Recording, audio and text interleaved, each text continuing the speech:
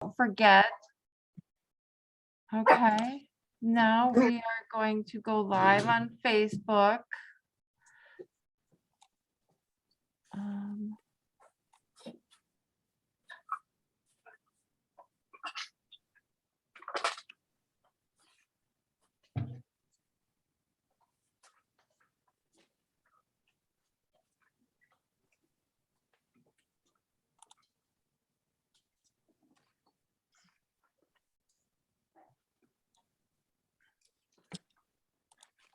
All right, sorry.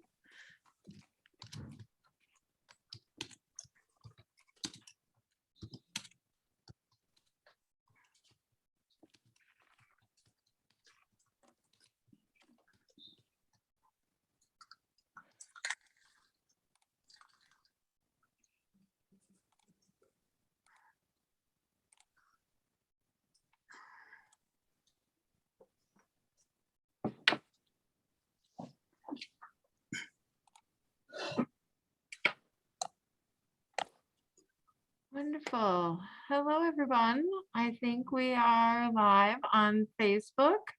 Welcome to Let's Bead Live.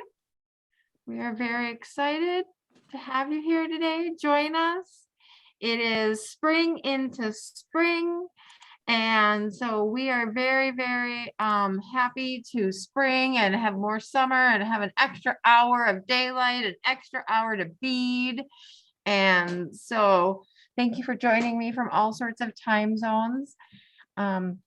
We have three things going on today. We have Lisa Dooley teaching these wonderful, it is a second in our beaded bead series. It is a corset bead, so she'll be totally excited to corset you up into a new bead.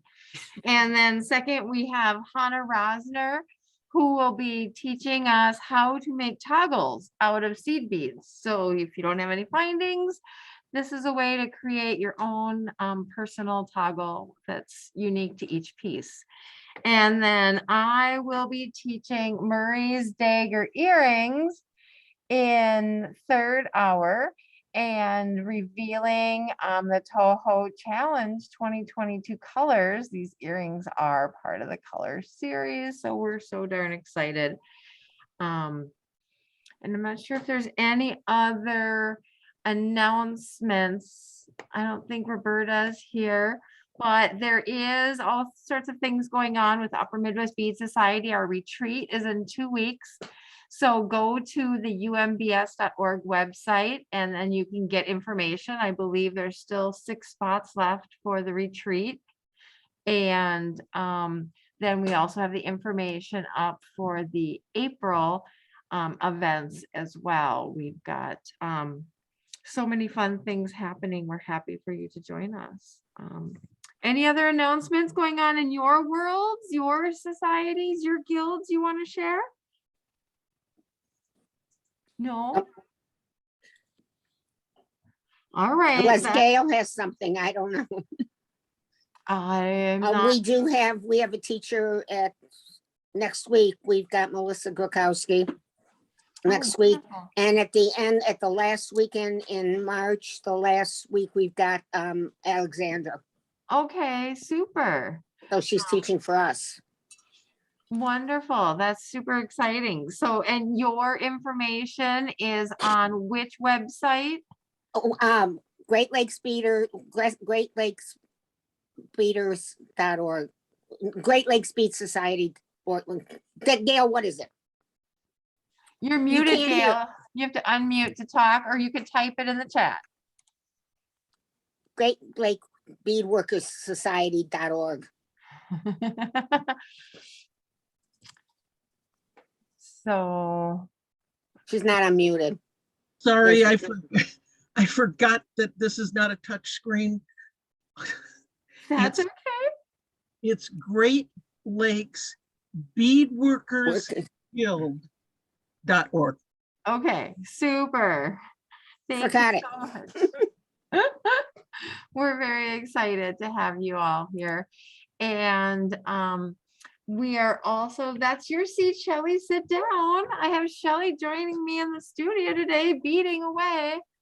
And so we're now excited to have a friend to bead with instead of just talking to my computer screen. So well, I think that's about it. So everybody did download the patterns. They are on umbs.org. And then there is, you can bead along with us. And I'm so darn excited. So let's highlight Lisa, because she's gonna start us off. Take it away, Lisa. Hello, everybody. So today, as Rochelle had said, I'm going to be making the corset beaded bead, and she had shown you an example. I'm going to go over the notes real quick, and they are on page 2 of the pattern. So the first one is pay close attention to the pictures for the correct orientation of the beads. So you get which hole I'm using, either the top or the bottom holes. This pattern was written in reference to the actual pictures of the beadwork in each figure. If you hold the beadwork differently, the directional reference to the bead holes and or thread path will not be correct. So you'll have to adjust the pattern depending on how you sew through the beads. Before you start, always make sure that the holes in the multi-hole beads are open. All the holes are open. And then last but not least, there's 2 sides to the Gem Duo bead. So you can see there's a dome side. And then if you turn it around, there's a flat side and it doesn't lay flat. Kind of see that. And then also you have it with the backlit. You can see that side. And then if you reverse it, there's that silver side. So when you thread the beads, you want to make sure that the dome side is facing you. Okay. So you can see on that too, if you're doing a solid or a backlit. Okay. And I guess that covers the notes. So we're going to turn to page 3 and we'll get started. So one other thing I should mention that Rochelle had pointed out to me when she looked at the beaded bead samples that I had given her for the shop is that there is one beaded bead that had a 2mm fire polish and another one that had a 3mm fire polish in it. So I guess you could use either or. So you can use all 2mm fire polish throughout the beaded bead or use all 3mm fire polish throughout the bead, or a druck or a round bead. Okay. So I guess that covers the notes and we're ready to get started. So on 1 yard length of thread, I'm using Toho 1G thread, and I like to just wax it a little bit so it takes out the curliness in it. So I just waxed that, and leaving a 6-inch tail, you're going to string 1 of each, an 11 demi, a gem duo, or GD, as I use that abbreviation in the pattern. And you're going to go through the top hole of the gem duo. And then you're going to repeat 4 times. So string another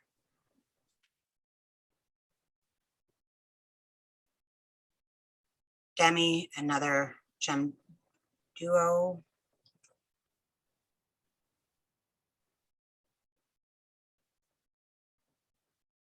there,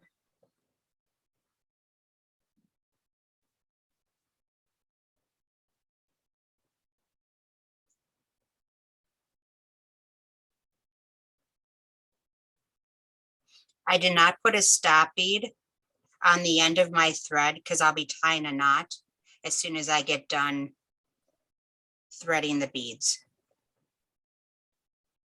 So I'm on my last one.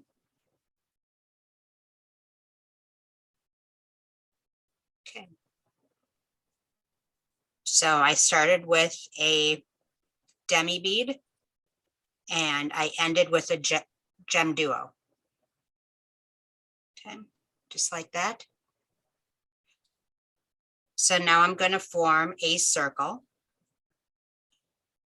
with all the beads. I'm going to slide my beads down till I have a 6-inch tail. And I'm going to tie a knot. Actually, a couple of overhand knots.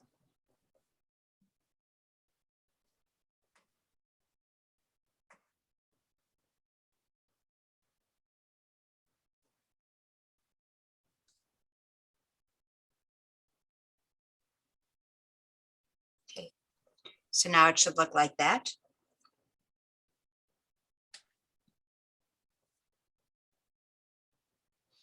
And you're going to want to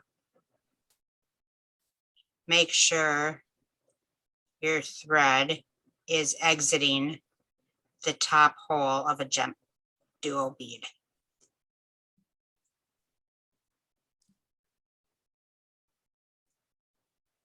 Okay,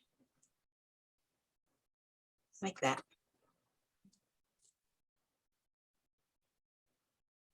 Okay. So is everybody there?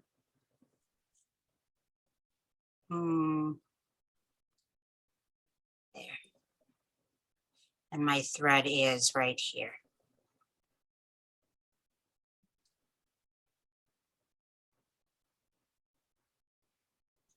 Okay. Now to step up for the next round, you're going to sew through the bottom hole of the same gem duo the thread is exiting from. So from right to left, you're going to sew through the bottom hole of that bead.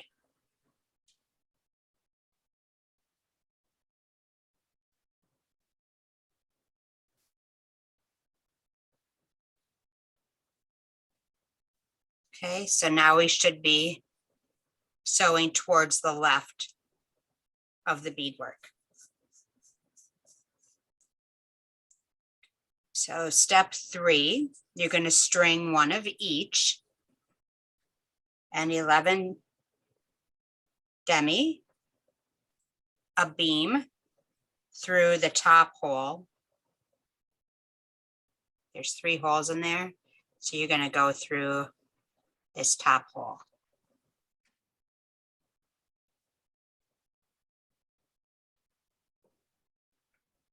And a demi.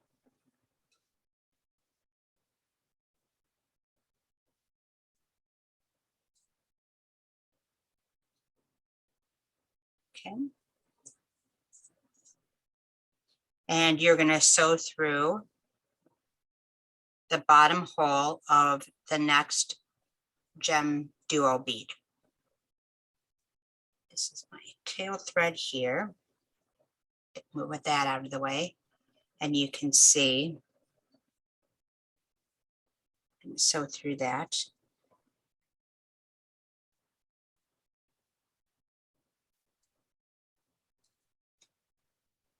And make sure you pull the thread tight. So it should look like that now. Okay. And I'm going to repeat that around the circle. So string 1 demi, 1 beam through the top hole, and a demi.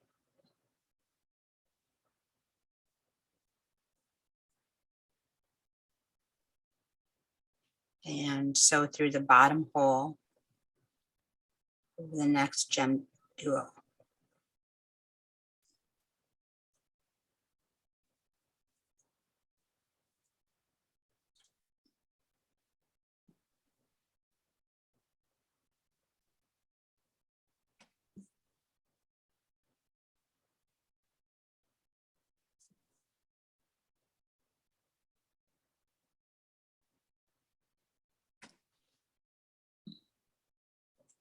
And just repeat that until you're back at the beginning.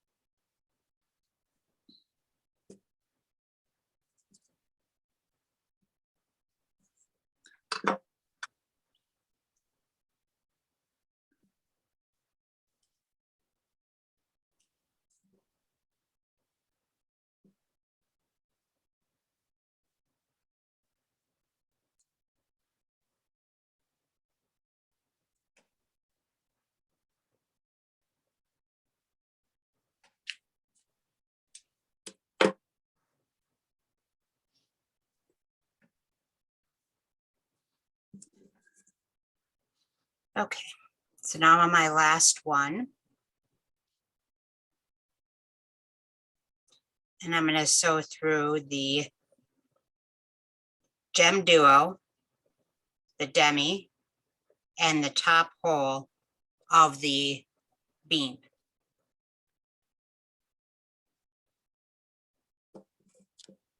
And I'm going to pull the thread tight, just like that. And if you pick it up, it should start to dome when you pull the thread tight. It should start to dome a little bit. Oops.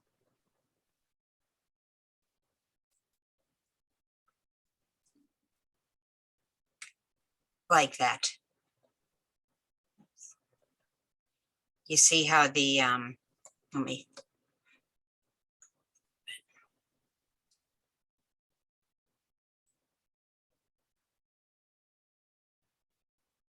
There you go. So the gem duos start to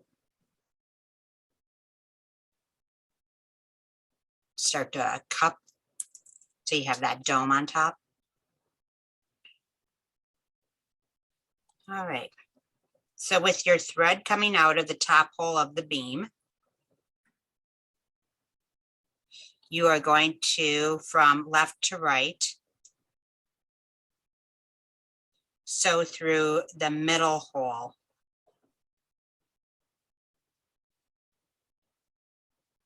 of the beam.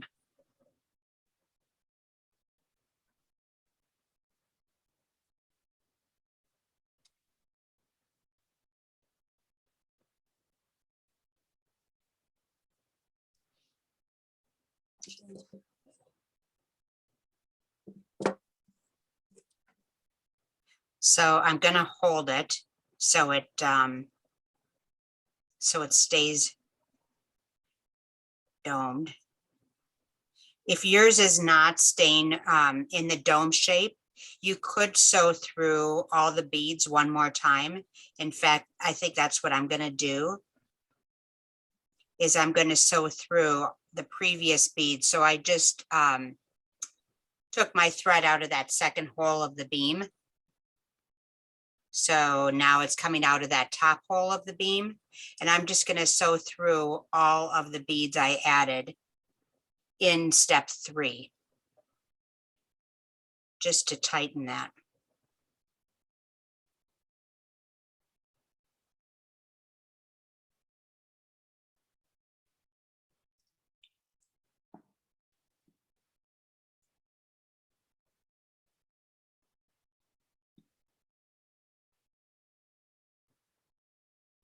Be careful when you pull it tight that you don't pull it too tight to break the thread.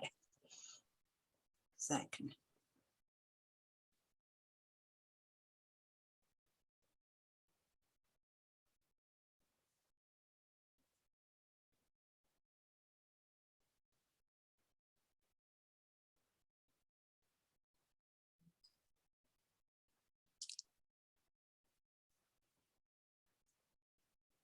Okay. That's better. So now it should look like that.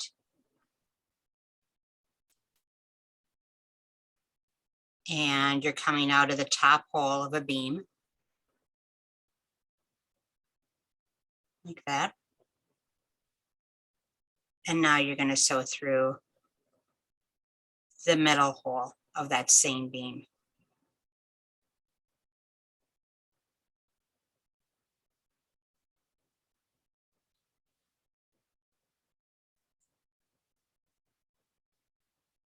There.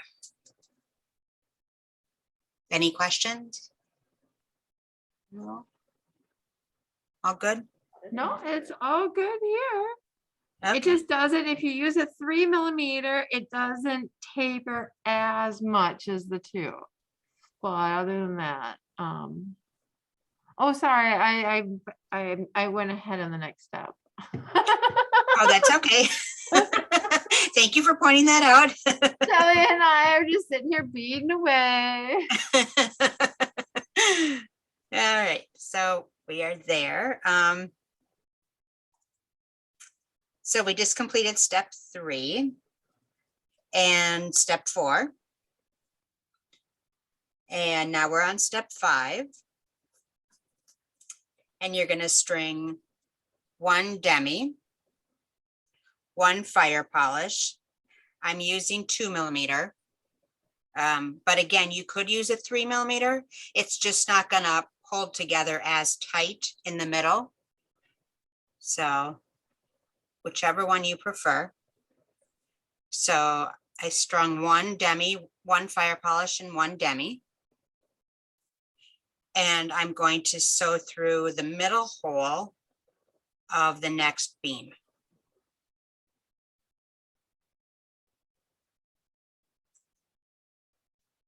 Oops. So you can see that.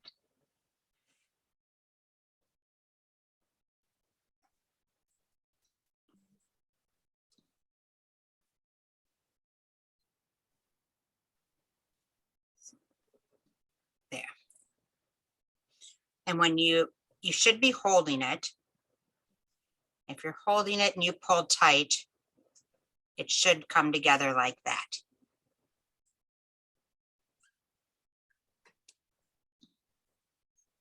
Okay. So you're going to repeat that around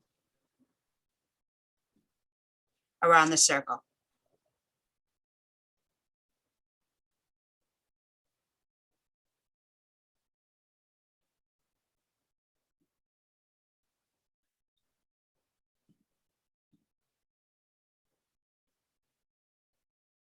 And pull the thread tight.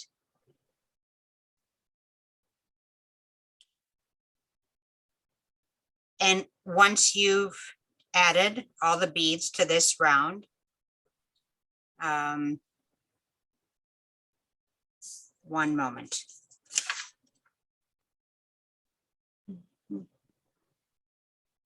Yeah, sew through all the beads one more time.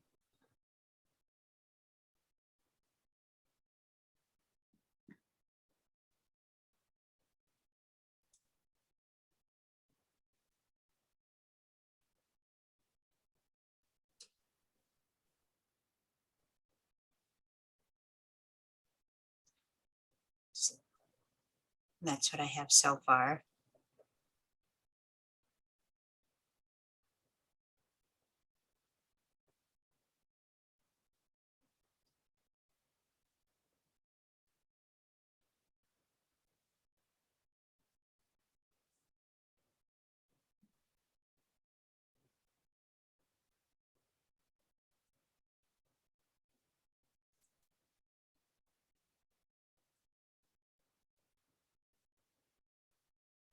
Okay, now I'm just going to sew through all the beads.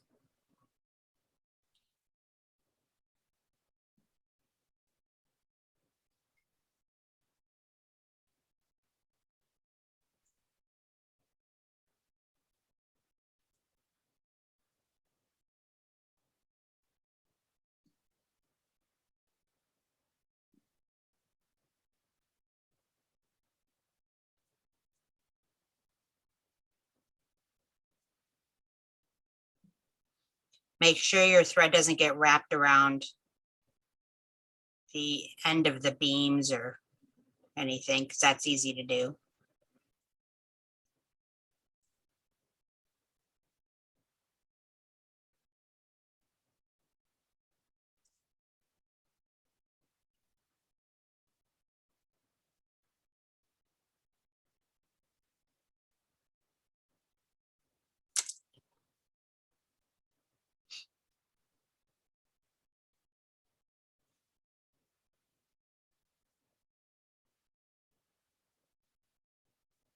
Oops.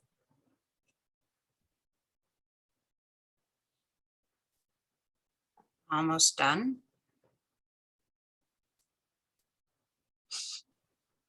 And then end with your thread exiting the middle hole of that beam.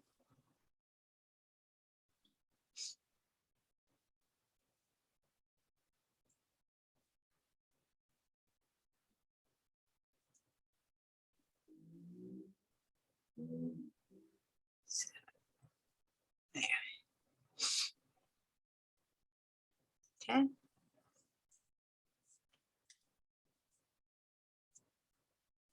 And okay, so that we're finished with step 5. And now we're on step 6. And again, we're going to step up. So with your thread coming out of the middle hole of that beam, from right to left, you're going to sew through the third or the open hole of that same beam.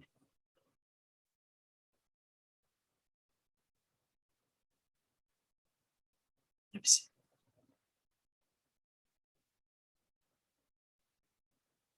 Just like that.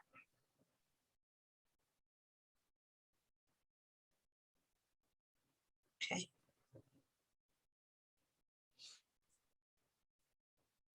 So with the thread exiting the left side, you're going to string one beam, the top hole.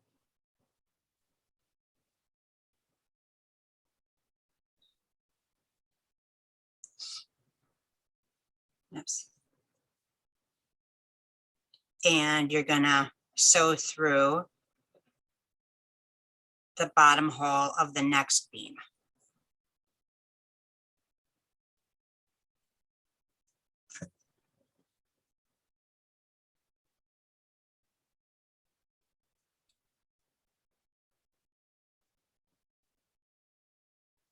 There.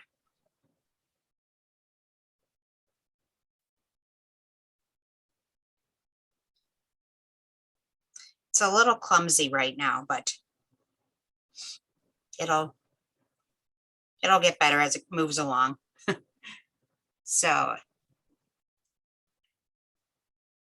that is the beam that I just added. And I sewed through the bottom hole of that next beam and pulled the thread tight.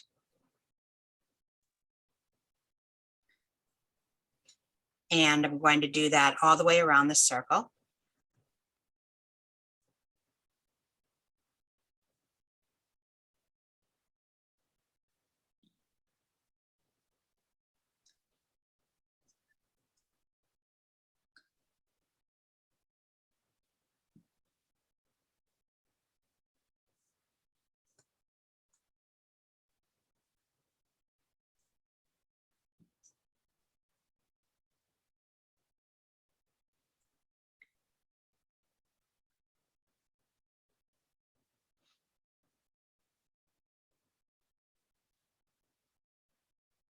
And you kind of have to adjust it.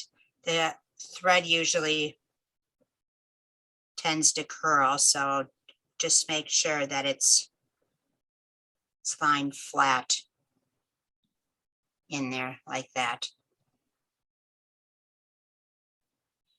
The thread usually likes to do that and twist. So sometimes you just have to adjust that and make sure the beams are downward and not in the actual beadwork. They should be out like that.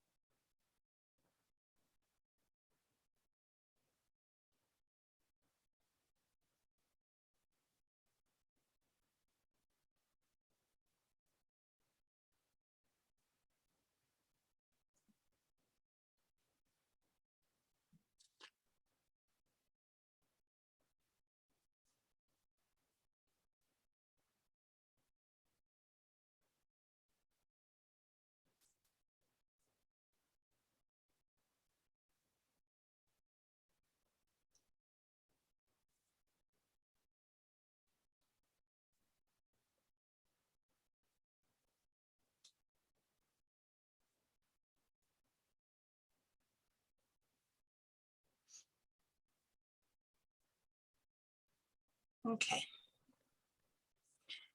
So now I just added the last beam.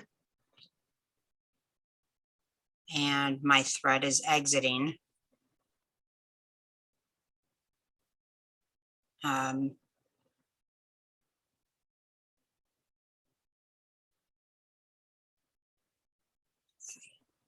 Yes.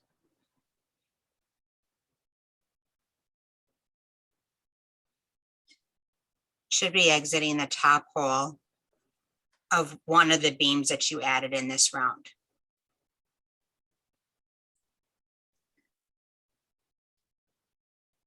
So just like that. Okay. And the thread is going to show a little bit, but at this point, we're going to take care of that. Just make sure the thread is pulled tight. And now we're going to pick up one demi, 3 seed beads, and 1 demi. And we're on step 8, figure H. So I have those beads strung. So I'm going to skip this demi here that has all the holes sewn through already. And I'm going to sew through the top hole of the next one, the one we added in step 7. Okay. Oops. My needle just came off the thread. So one moment, please.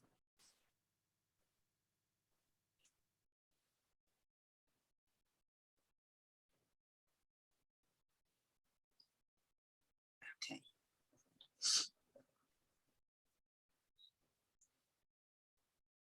Okay, so it's coming out of that hole, and I'm going to sew through this hole.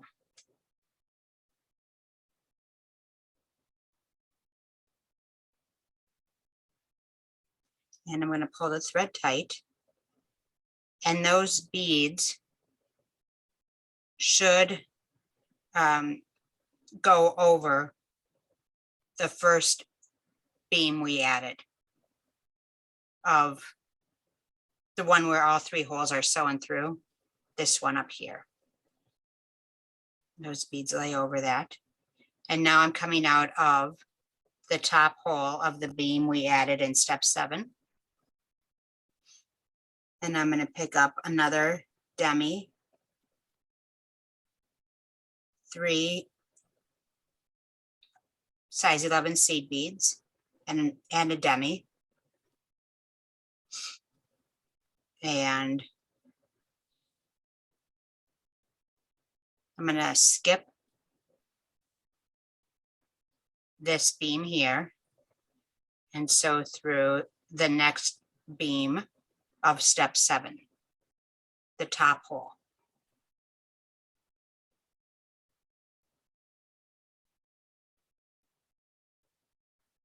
Okay. Does that make sense? Yeah.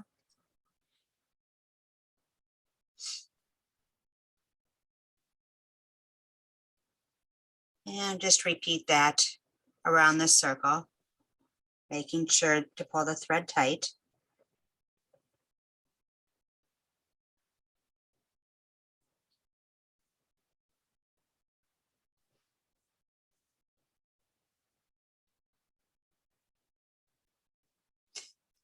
And again, make sure that the beams you add in step 7 are not in the bead work. They should be out.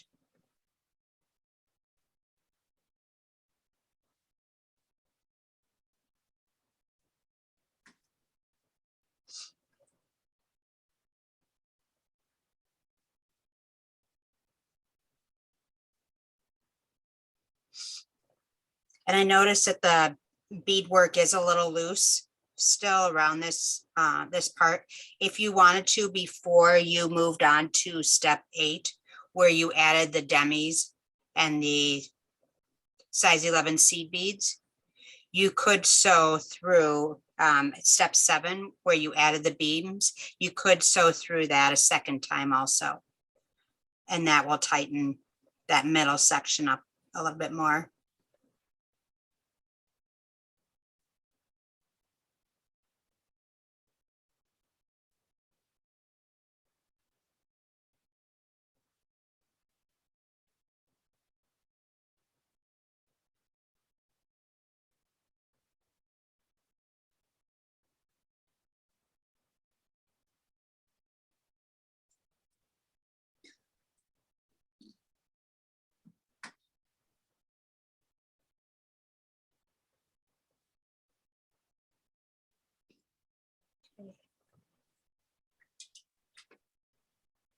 So I added my last one, and I think what I'm going to do is sew through all of these beads a second time.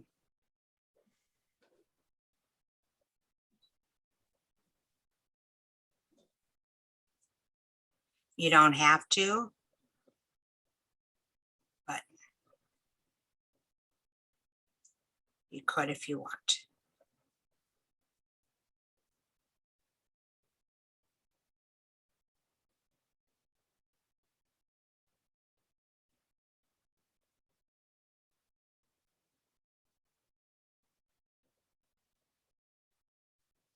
Any questions?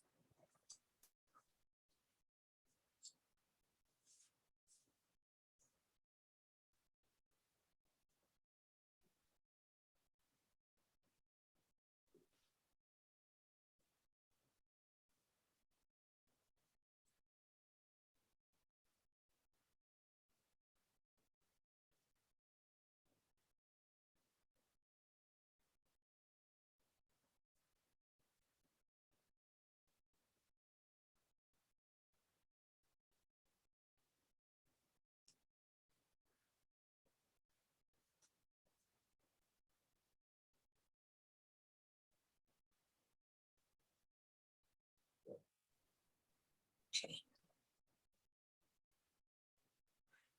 When you get done sewing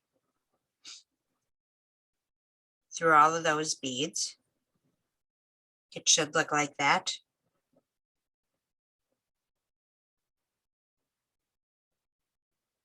Oops. I just noticed I didn't add a dummy here. Okay, well, we're going to ignore that. And it should look like that.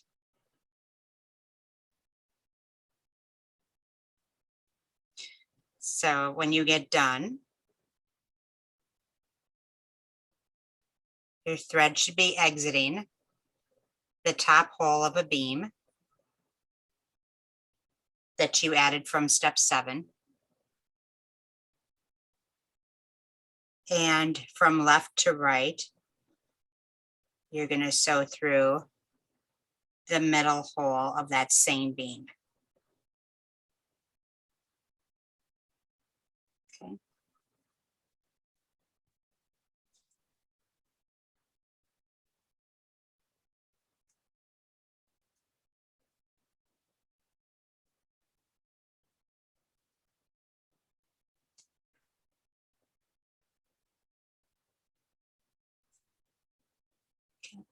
So it should be like that.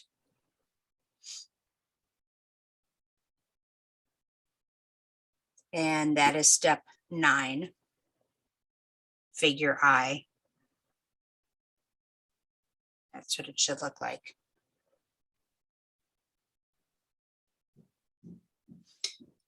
So step 10, we're going to repeat step 5, which is adding 1 demi, 1 fire polish, and 1 demi,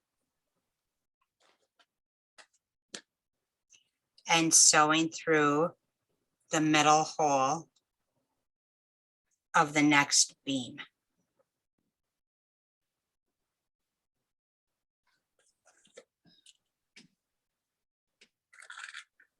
Like that.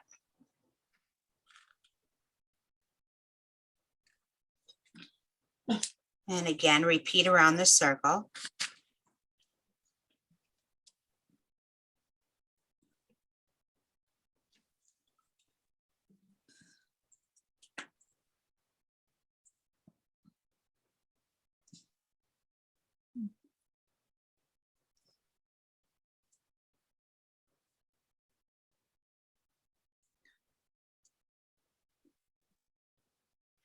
And when you get done adding all the beads of this round, sew through all the beads one more time to tighten them.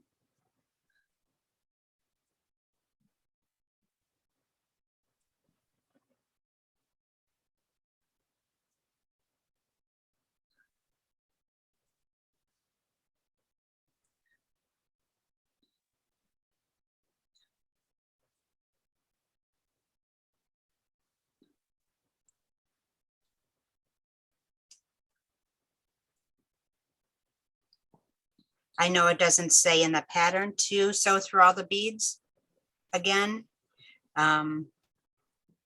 So it's a choice if you want to do that, but I really think that it helps to tighten up this bead.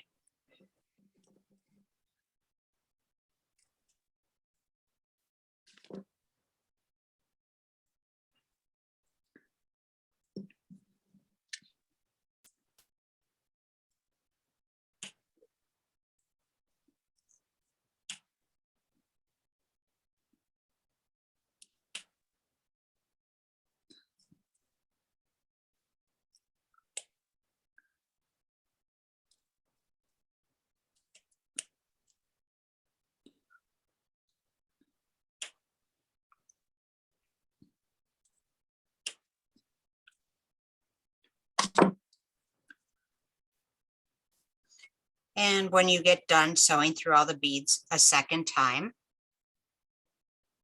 your thread should be exiting the middle hole of a beam. Okay.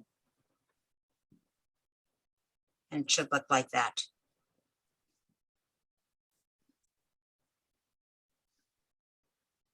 So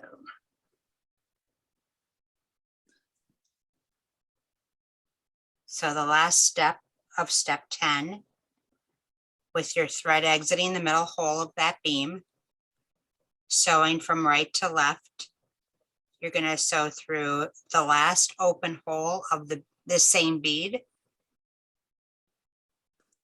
or the third hole.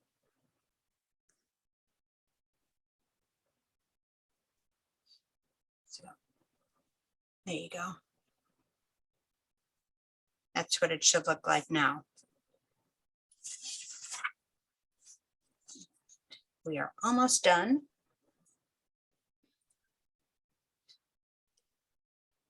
So step 11 on page 5, we're going to string one of each, 11 demi, gem duo top hole. So again, make sure that the dome side is facing towards you.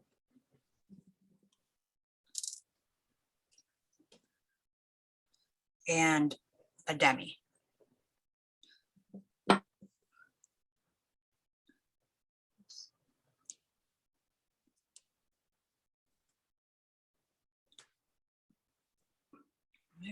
And then you're going to sew through,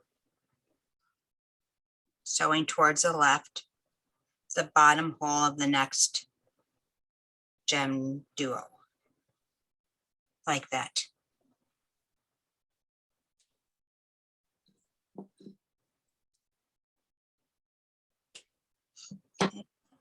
And you're going to repeat that around the circle.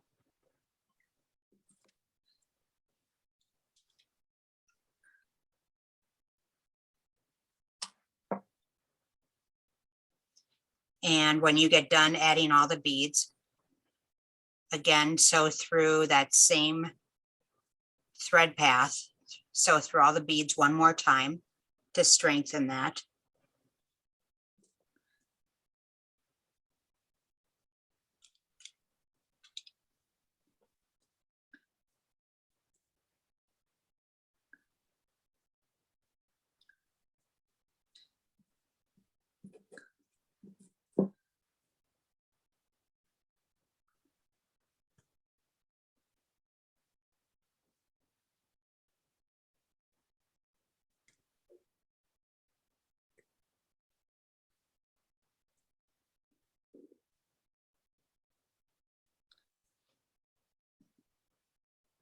I really like this color of this backlit gem duo bead. It's really pretty. It's all my supplies came from Bobby Bead, and that color is Violet Ice. Yeah, I love those backlit. They are just so sparkle. They give everything life. Yes. So And it's so nice to see how they came out in person. I remember when you were here and we were picking out the colors. yes. Thank you for your help on that. It's so much fun. I really like doing, you know, that part of my floor work here. That's the fun part. When y'all come in and what are you making? What Yes. colors you using? Because Of course, I still haven't memorized all the color numbers, but honestly, there's just too many, you know, and then when you get the check beads in there too, yes. it's a lot. Memorizing the numbers is Rochelle's job. I can't remember somebody's name, but I can remember what color beads you bought. Do you know, when I did acupuncture in the hospital, I would remember people's jewelry, but not See? their faces. See? It's just That was how I would. my brain doesn't work. I'm like, oh, but I know you got those beautiful matte beads. Yep. And you were making blah blah blah. So You know. here's, Rochelle, here's backlit tequila. Oh, pretty. Let me find you and feature you there. Let's add spotlight. Ooh, Let me pretty. get it back And here. you've got Hang on. silver beams next to it. Yep, silver beams. Oops, okay. Silver beams Oh, and then backlit tequila. Ooh, that's cool. I like how that one turned out. I like it. I like it. And then I Yes, sort of very. use those autumn colors of demis and fire polish. Yes, very nice. Mhm. I love it. Way to go, Jan. Yes. That was Good fun. job. So I am exiting the top hole of the gem duo, Yeah. and from left to right, I'm going to sew through the bottom hole of the same Oh my God. I know. and I- gem duo bead. Just like that. It's this row where the Yeah, gem duo that you really got to go around and I'm around. gonna have and to around and just, around. I'm just gonna have to go back. Oh, I'm sorry. it. I didn't mean to bounce it. So sewing towards the right, I'm going to pick up one demi and sew through the bottom hole of the next gem duo bead. And this one, what I like to do is I like to hold these gem duo beads, kind of cup them inwards like that with my fingers. And see that? I kind of push them all in with my fingers. And then I pull the thread tight.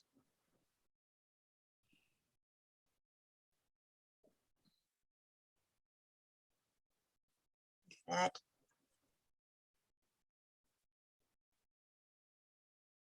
So now they're pulling together. And you're just going to pick up one demi and sew through the next gem duo. And repeat that all the way around. And you are definitely going to want to sew through all these beads again, if maybe 2 or 3 times, just to get that hole tight there. Oops.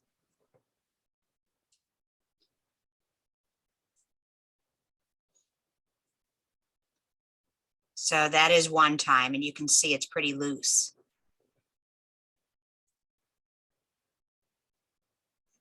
So I'm just going to do the same thing. I'm going to hold it in my hand like that. And sew through all the beads, pulling the thread tight.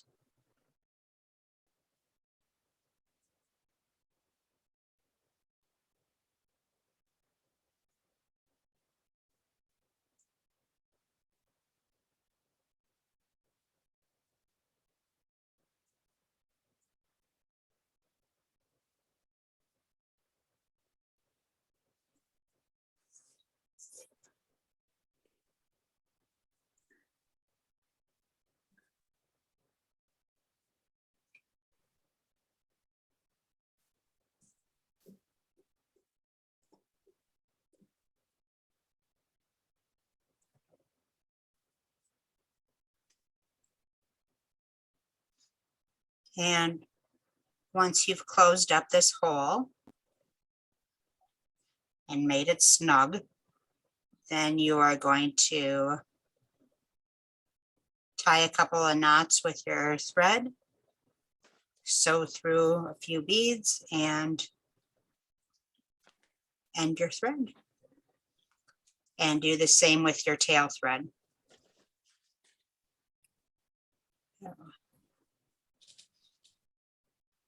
I think that's pretty tight now.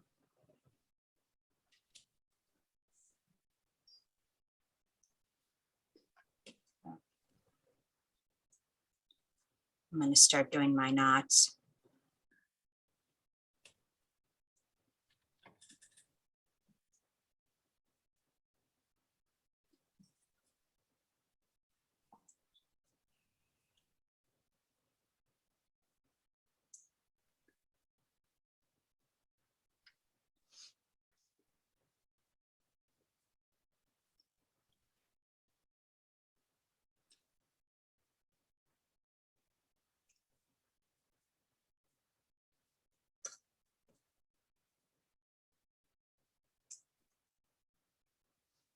So that's what it should look like.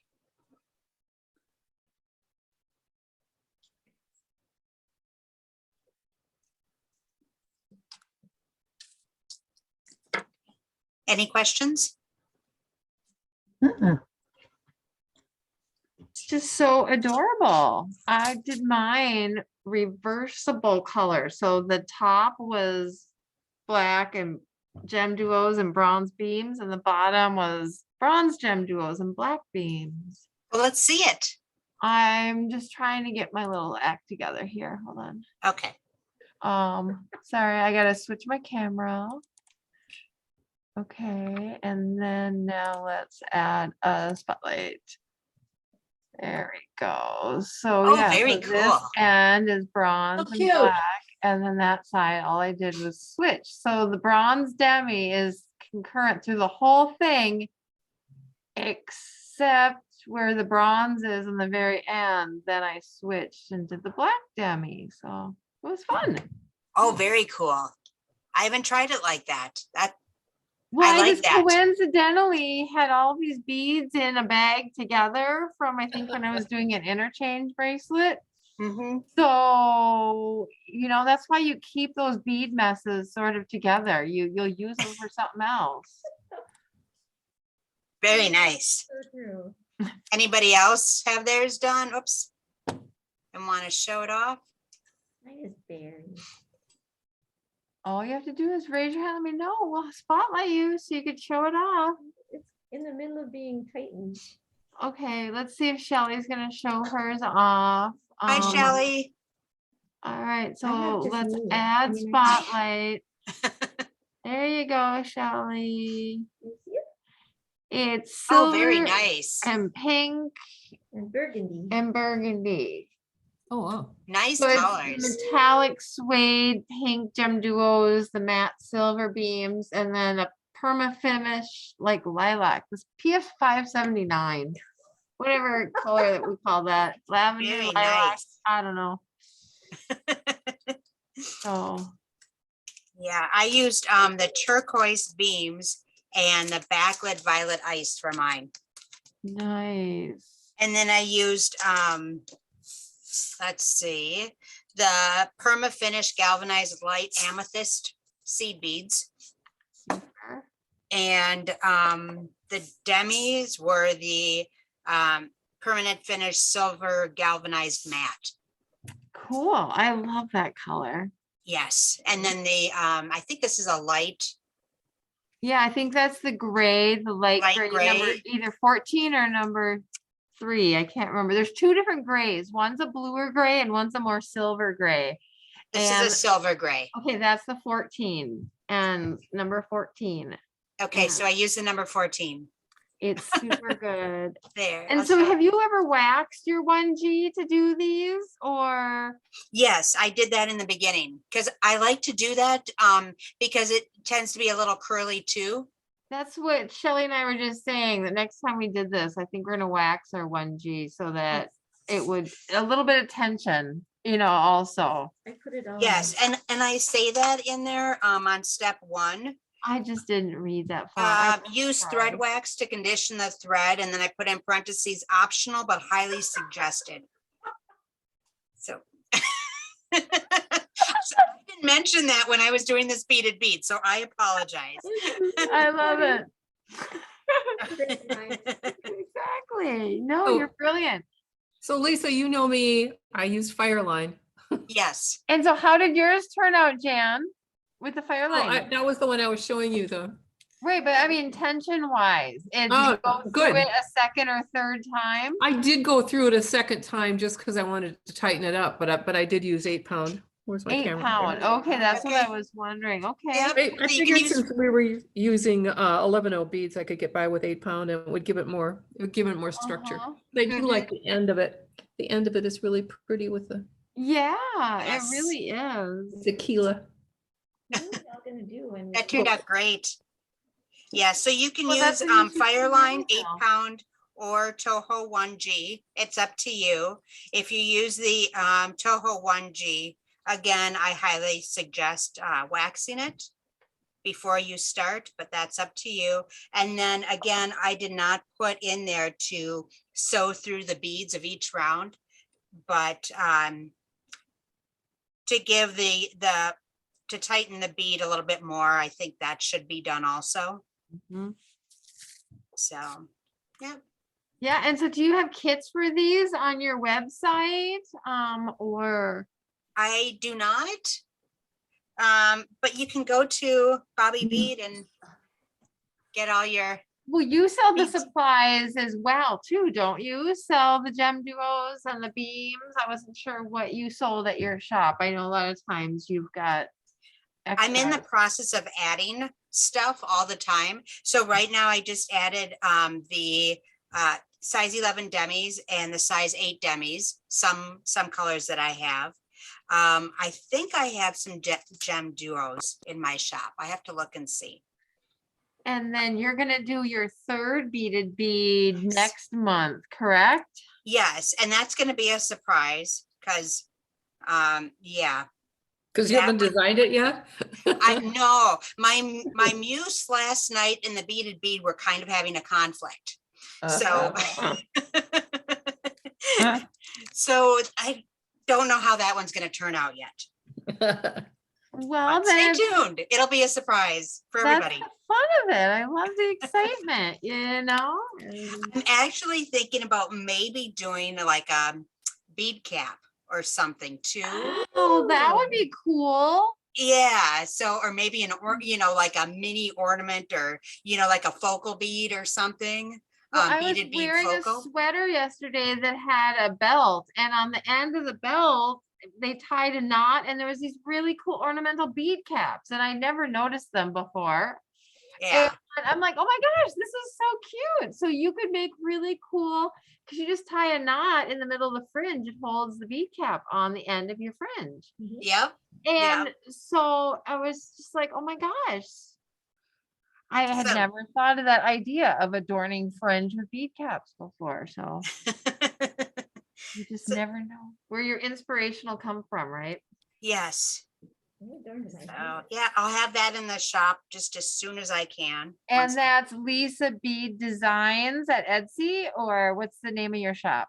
Lisa's Bead Designs. I will put my In the shop, chat. a link to my shop in the comments. Super duper. Thank you so much, Lisa. We're Yep. just so darn excited.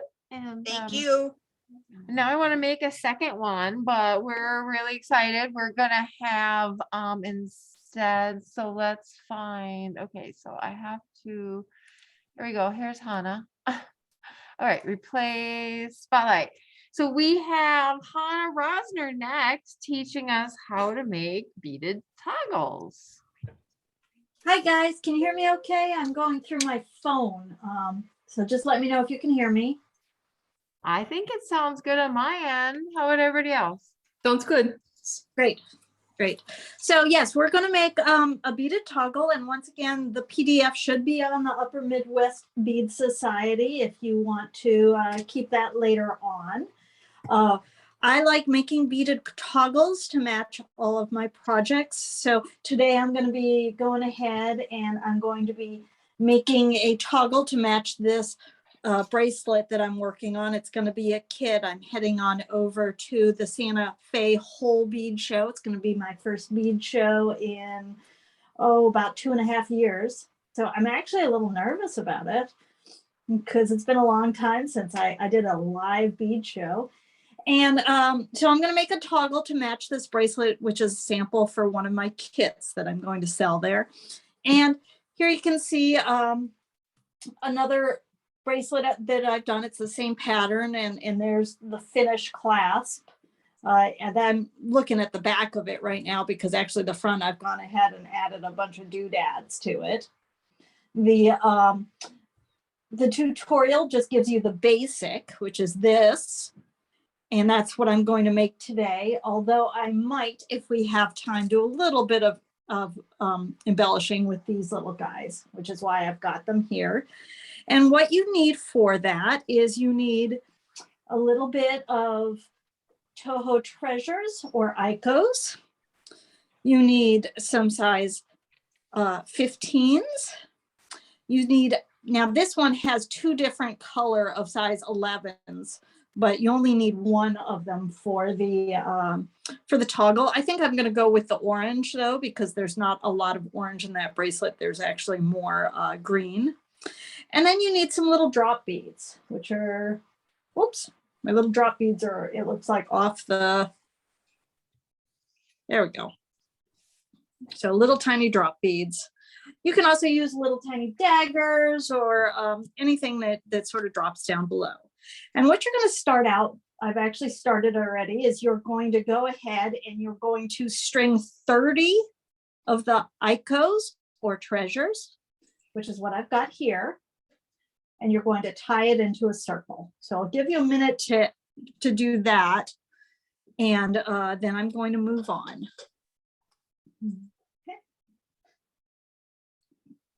So I've gone ahead, and I usually do this with Fireline. I have to tell you, because these clasps get an awful lot of use, and they get really abused. And especially for my samples that I do for bead shows, they get taken on an awful lot more than you'd expect. But today I've run out of Fireline, so I'm using 1G, and I would suggest give it a good a little rub down with some bead conditioner or some thread conditioner or some wax. So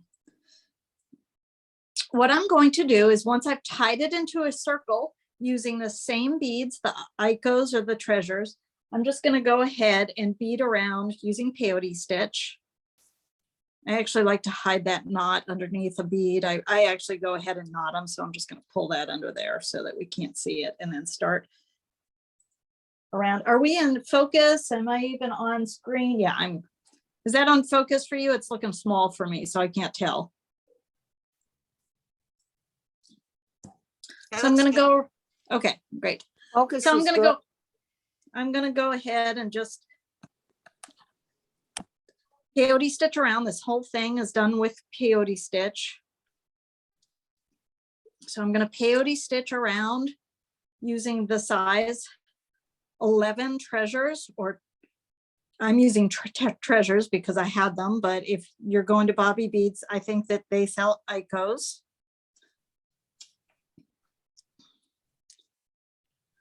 I peyote stitch very slowly when I'm trying to do demos, I've noticed, because I'm kind of doing it underneath the camera.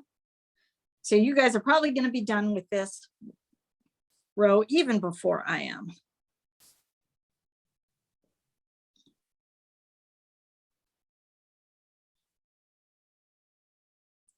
And remember, since we're doing peyote stitch in this circle at the end of this, whoops, we're going to just step up.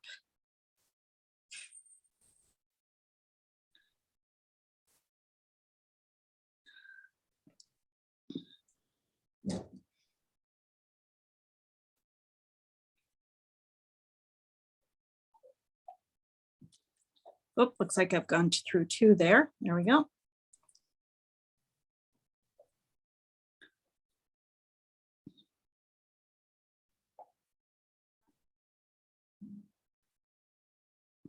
I love being able to make matching toggles to my pieces. I think it makes them more one of a kind, and it makes them more, and you know, I think they tend to look more cottagecore and handmade than using a pre-made clasp. Although I do love the terracotta clasps that are available right now. So that's what I tend to use when I'm not making my own.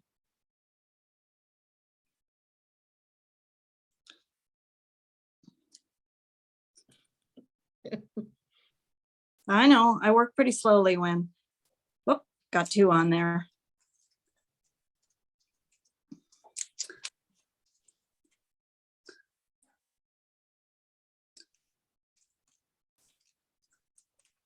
So after today, after today's thing, I'm heading back into the theater to start the beginnings of striking the show that I did.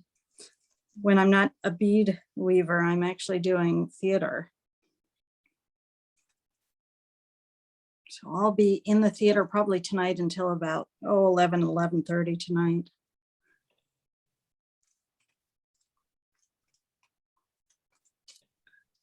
So 1 more to go, and then remember to step up. And if you're waiting on me, what you're going to do next is 1 row of size 11s. I've left a pretty long tail here. I'm going to be using this to stitch it together at the end. Basically what I'm doing is I'm starting, if you can think of it as a donut or a bagel, I'm starting from the inside. I'm going to go out to the outside and then back over the top. So it's going to be a double layer. And then I'm going to use the tail to stitch it together inside. So here I'm starting the second, or I should say the 4th. This is the 4th row, because those first 2 rows are the first 30 beads that I added, and then I stitched a row, and now I'm doing a row of size 11s. Oh, I forgot I was going to do this in orange, but now that I started with the green, this is one of my favorite colors. This green, this is $9.96.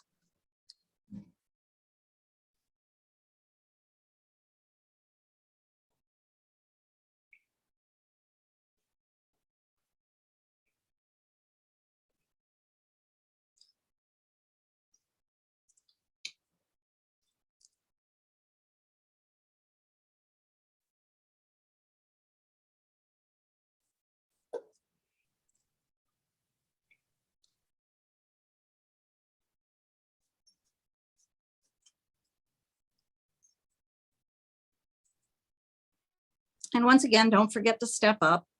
Maybe since this is a double-sided thing, I'll do the other side with the orange. And you'll see what I mean when I get there.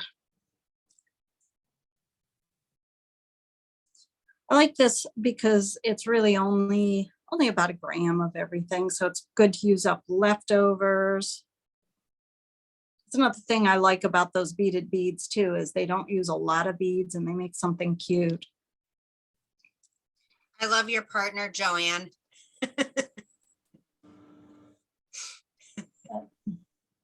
Oh, Joanne's puppy. Hi, puppy.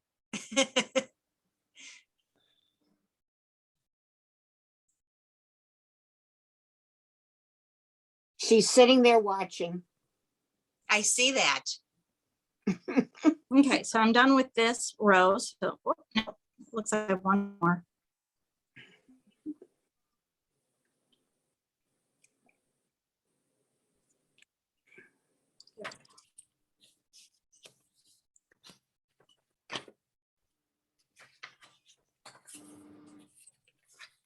Oh, look what I did here. I wasn't watching. I'm gonna have to take that out there. I skipped one.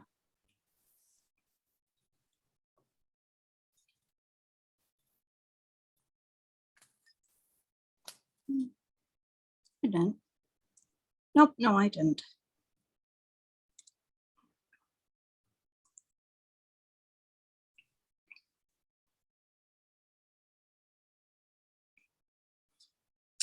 So when you get to that end of the row, you're going to step up again and you're going to go into size 8s. And you're going to do a row of size 8s. So we only do one row of Yeah. regular 11s? We don't do the Just- second row? Nope, we're not going to do a So you're second row. If putting you want it to be, right over the top of the cylinder. Okay. if you want it to be a little bit bigger, you can go in with the second row. Okay. But I think we're just going to make this a little one today. All right.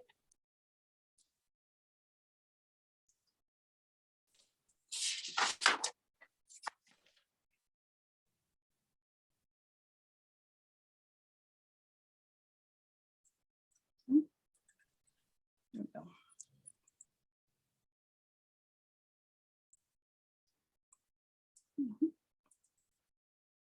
There we go. So once I've done that, I'm going to go right into my size 8s. And they're going to go in between each of those size 11s.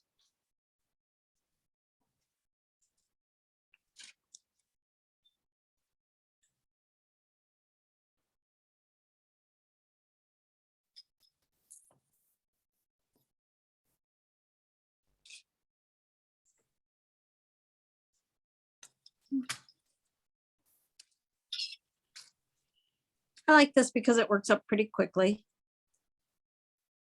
If you're following along in the directions, we're on page 3 right now, and we're doing step number 3, which is peyote stitch aside a row of size 8s.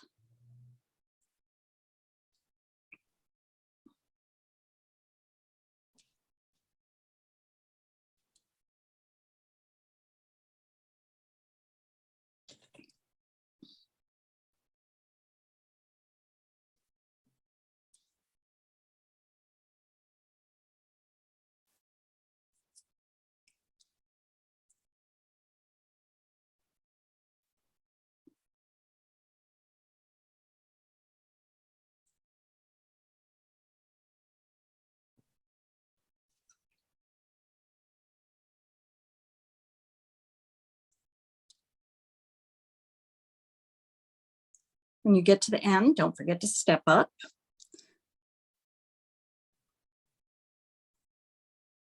If you'd like to do a second row of size 8s here, just to make the whole thing a little bigger, feel free to. I think I will, because I really like this silver lined. This is silver lined olivine, which is number 37.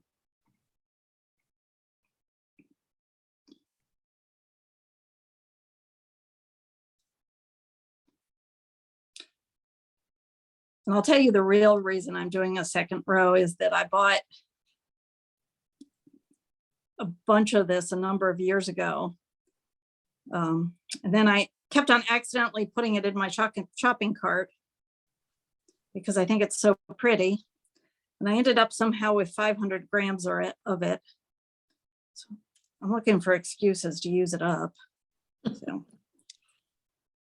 Do you ever do that where you like keep on buying the same beads because you've forgotten to check what you've already got and you end up buying the same ones because you still think they're pretty?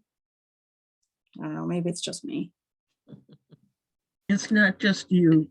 I I do it had to make a constantly. spreadsheet so that I didn't do that. Oh, I've done that so many times. So here's what this looks like. Okay. All right. We are almost done with this half. So we're almost halfway there. What we're going to do is we're going to add a row of little drops. Here they are. Did I mention that you had to step up at the end of that row to get ready? If I forgot to tell you, remember you have to do that. There we go. Here's some little drops. You could use daggers. I like the mini daggers here. They look really super cute.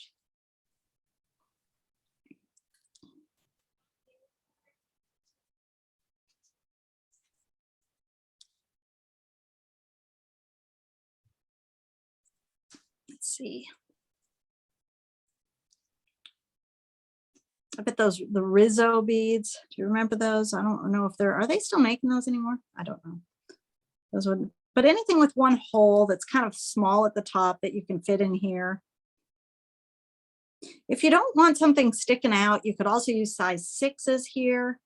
So I do like this because there's all sorts of different things that you can do to make this look special for your particular project. Oh, had 2 on the needle there. Okay, so I got kind of quick there. So I'm going to stop right here and let everybody catch up with me if you're sort of lagging behind. Let me know when you're ready for me to go on, okay?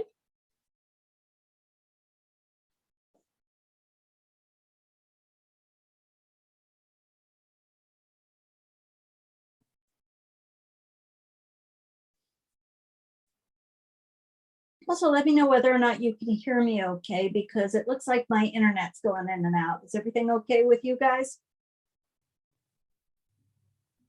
Works I'm fine having no by me. problem hearing you. Perfect, great. All right.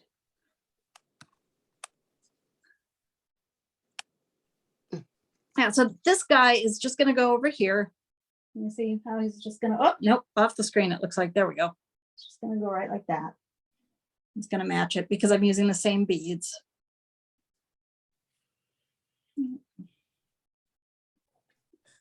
And I'm gonna give it a little bit of a yank and you'll see it start to cup up a little bit.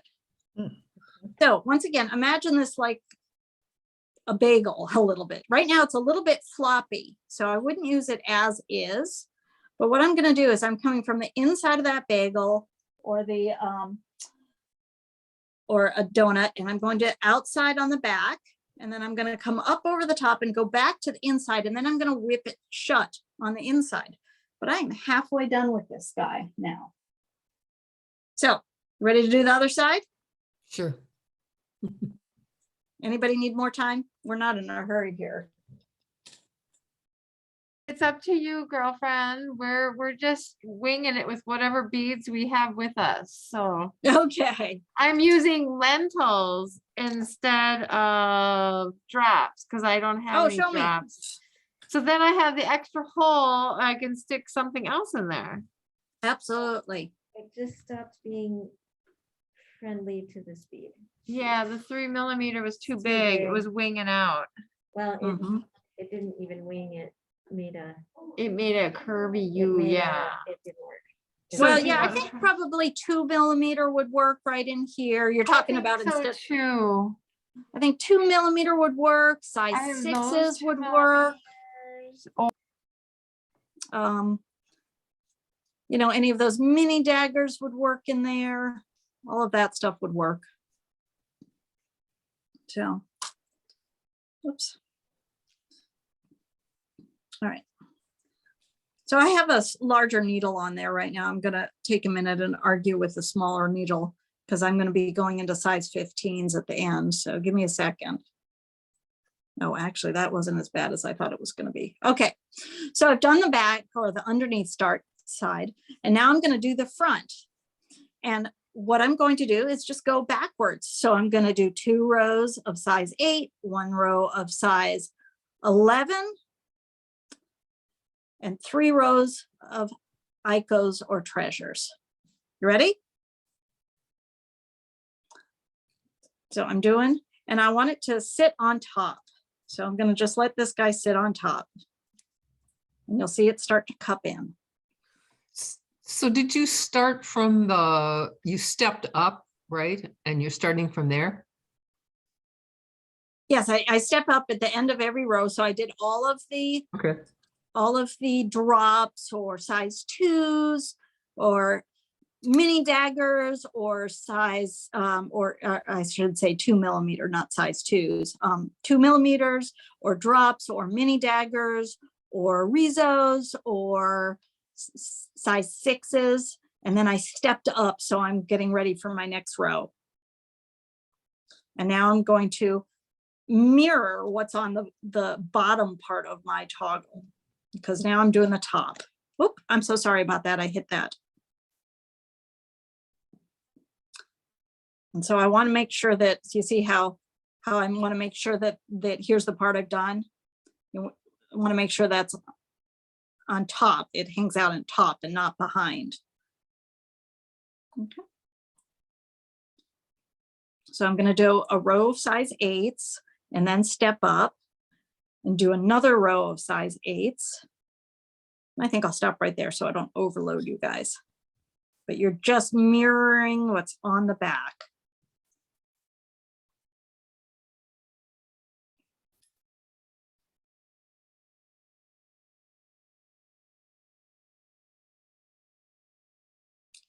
And you're going to want to give it a pretty good tug to make sure that it's nice and see how it starts to cup and go back in. That's what you want it to do.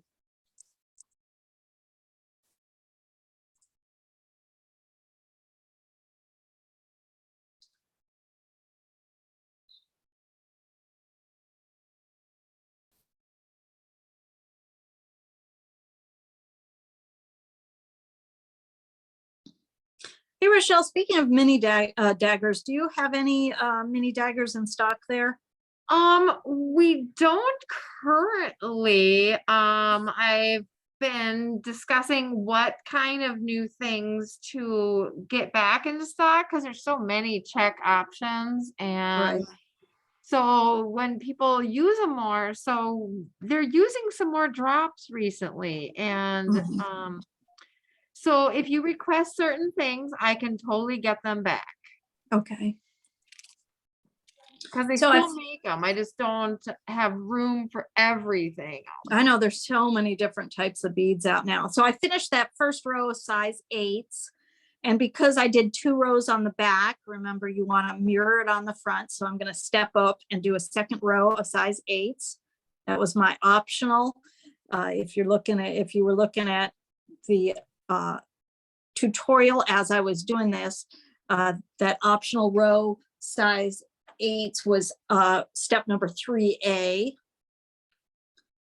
But right now we've gone and done the step 4, which was peyote stitch a row of drops. And then we're working on step 5. And I'm doing 5A, which is the optional because I did that 3A.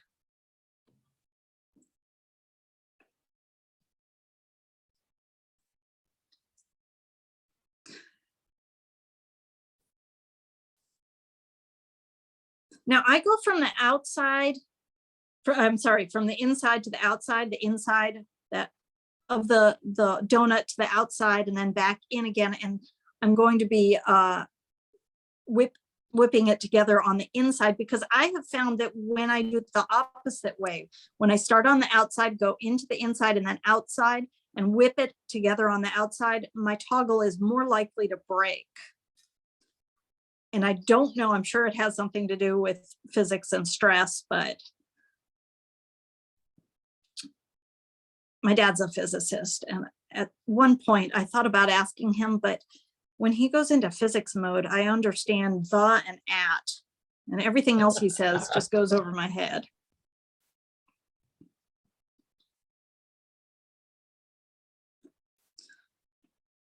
When I was in college, I was got through calculus, okay, and then got into something called multivariable calculus. And the first day, I'm sitting in class, and it was like there was a whole nother language going on in that class. So I went home and read the the book, the whole thing. I thought, okay, well, if I read it, maybe I'll be able to know. So I called my dad, and he says to me, he says, well, what's not to get? It's so easy. And I'm like, oh boy. Multivariable calculus was my plateau when it came to math.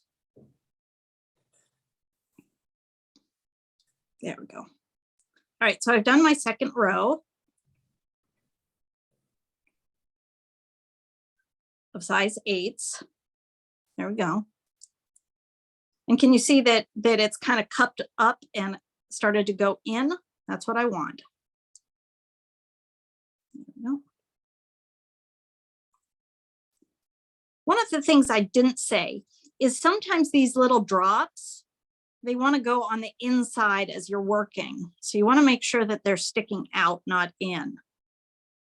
Because you don't want those drops on the inside of your donut. You want them sticking out looking cute. There we go. Now I've got some stuff going on here because it looks to me like this bead got a little bit big, but the next row should take care of it. See how I've got some stuff sticking out here? The next row should take care of that, which is a row of size 11s.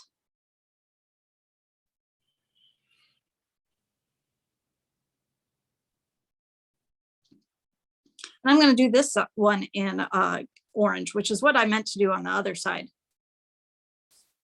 But we'll make this one a toggle that has 2 different colors on 2 different sides. And you'll be able to see how it starts to pull it really in. See what's going on there?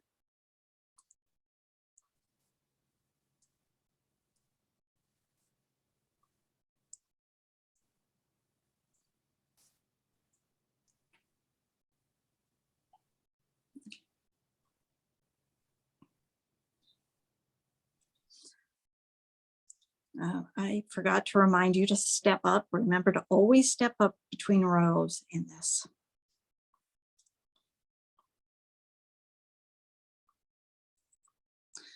You also want to work pretty tight, especially on your way in.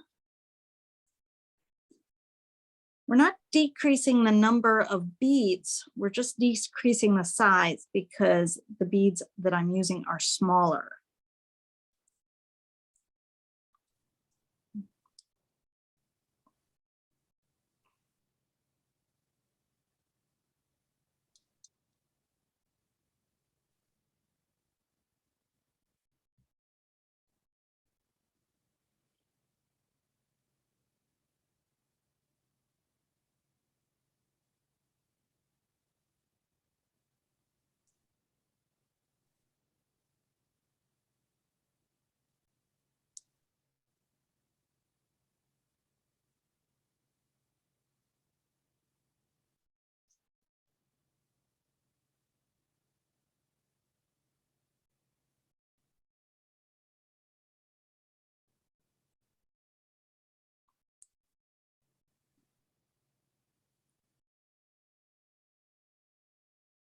Remember to step up at the end of the row.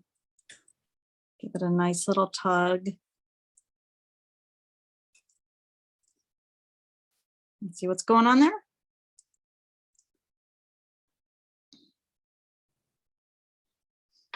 Now, in the directions, you have 2 different options. You can either do 3 rows of the icos or the treasures, or after the second row, sometimes for me, that 3rd row looks like it's just not going to fit correctly. So sometimes I'll switch, depending on how tight I've done this, I'll switch to those size 15s. And you'll see what I mean as I get there. So I'm going to go ahead. I'm going to do 2 rows of treasures or icos. with the intent of doing a third. But if it just looks like it's too small, I may switch to size 15s for that third row. And this is all in the directions.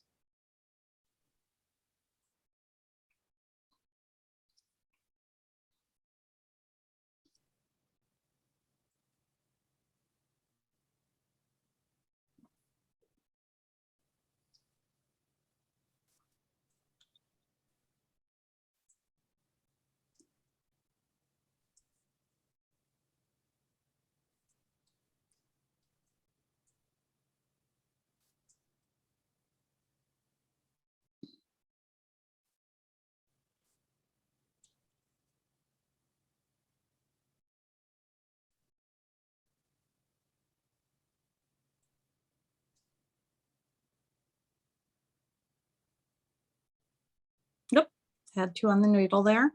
Let's get rid of one of those. There we go.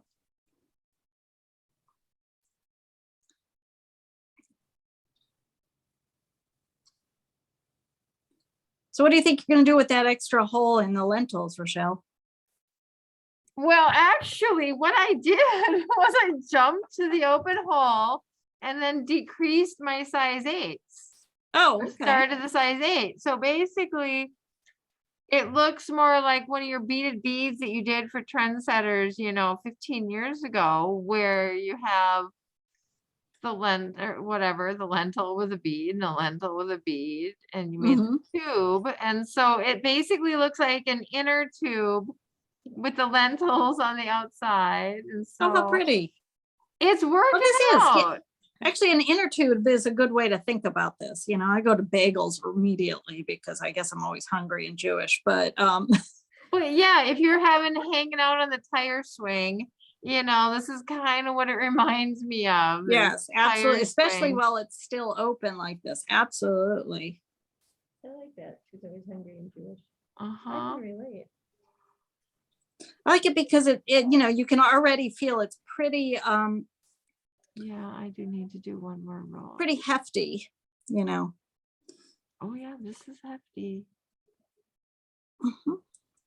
It's not as floppy as a single layer toggle stitch would be. Definitely not. No, it's got definitely more strength and stability than that. That's Mhm. for sure.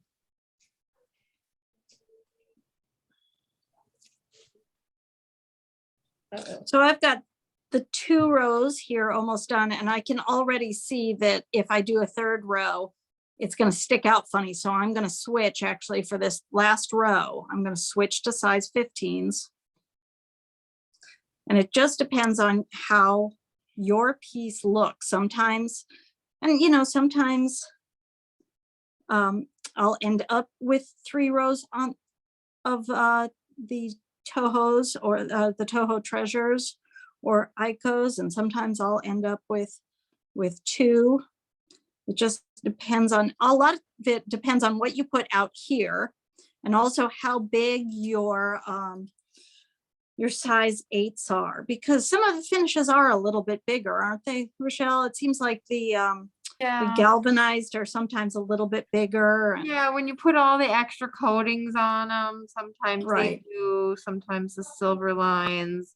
Right. So this one, you just kind of have to go with what the beads tell you. Your intent is to do 3 rows to mirror this other side, but sometimes you end up with 2 and then you have to do a row of size 15s, which is what I have to do here. Remember to step up at the end.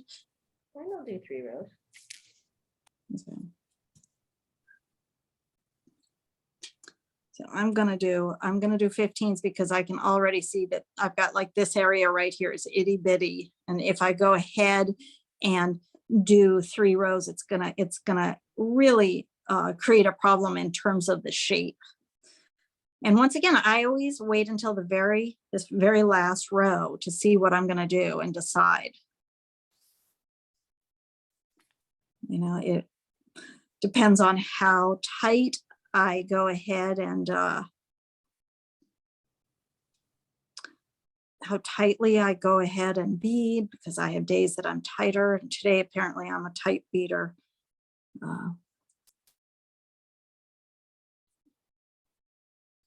I'm doing that last. Can you see that last little row? They're green, the size 15s.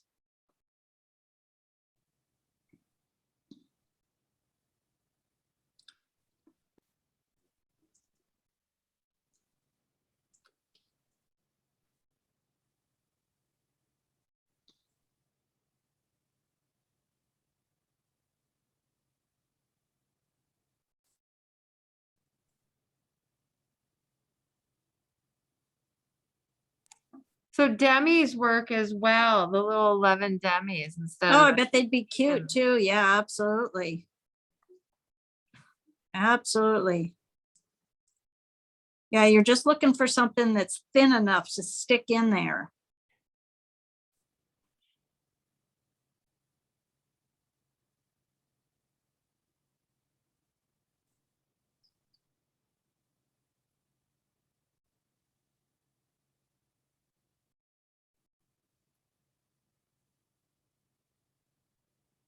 Alrighty.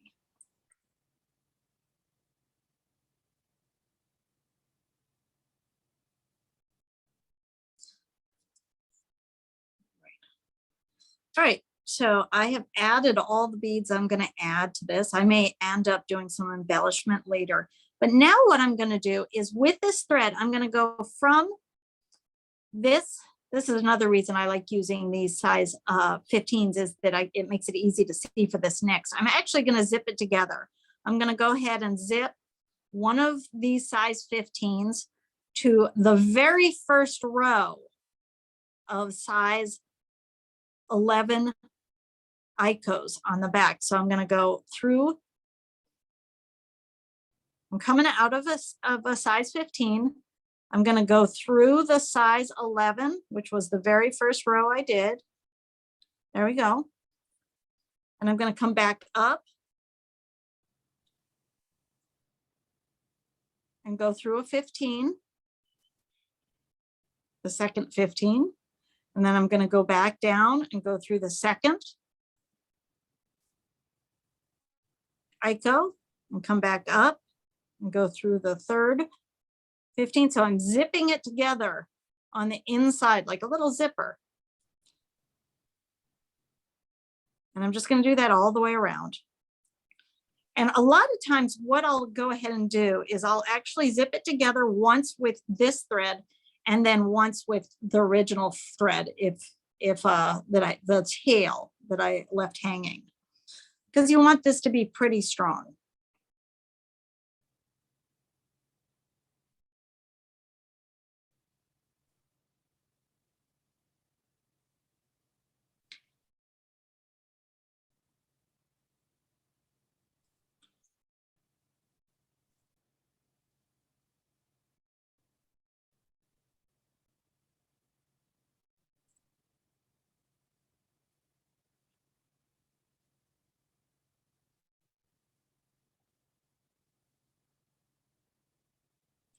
All right, I'm going to put my magnifying glasses on over this.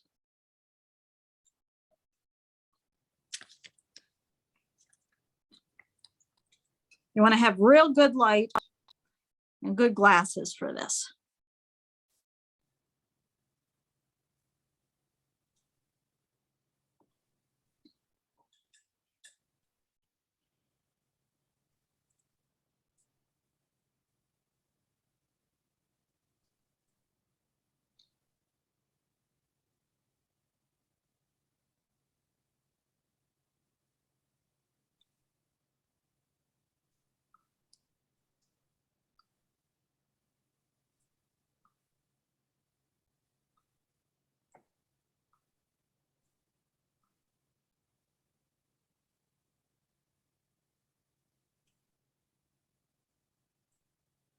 Can you see what I'm doing there? Is it showing up or am I too close? you're off the screen actually. Move up a little Oh, bit. my There bad. you go. I wish you had told me. No, I just noticed. You just moved. Okay.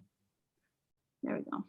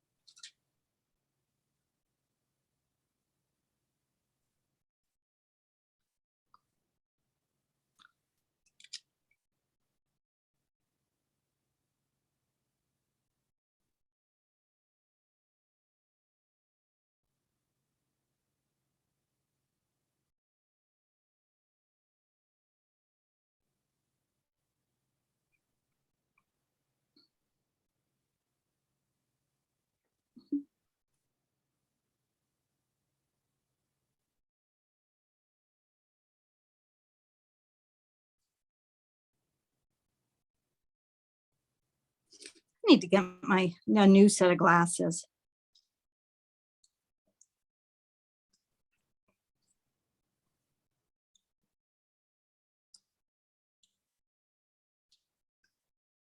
I got progressives and they are not working for me very well. Well, you know, after a couple years, you got to keep going back, right?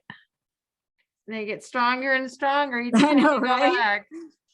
I don't believe it. I think that the the size 15s are just getting smaller and smaller. That's why I use demis. I just basically, if I can avoid the 15, I do. It's working really good in this to do the demi. Oh, I bet it does. Yeah, I love the, I also like the demis as the last row when you're doing bead embroidery around the cabochons. Oh, yeah. I really like that too. I like the way it looks and. And the holes are so big, you can go Right, through it a whole bunch of times. exactly. Oh, where did I go? There you are. Oh, this is looking kind of cool. It is looking kind of cool. Yours is looking. And you nice. can feel that can you feel how like strong they are? Oh, really strong. It's Yeah, amazing. They're you know? really stiff. So I'm doing my last one here. There we go. I know I'm off the screen there for a minute. There we go. There you go. And what I would do is, and I'm probably not going to do it today, is I probably would take this and go the other direction. But there's my little, What did I just There we do? go. I think it's adorable. Oh, wow. and you can see that it matches pretty nicely. I may end up getting some white drops. Do you see how the piece that I've got there? Mhm. Yeah, it would It could definitely probably blend use. Yeah, because I've got these white stripes going on here, but Mine bent. Ouch. in.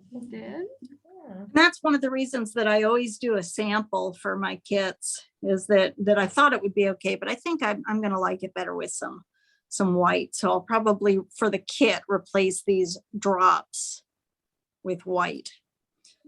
So you could go ahead and then embellish if you wanted to. I could put these, see, this guy is going to have these on the ends over here,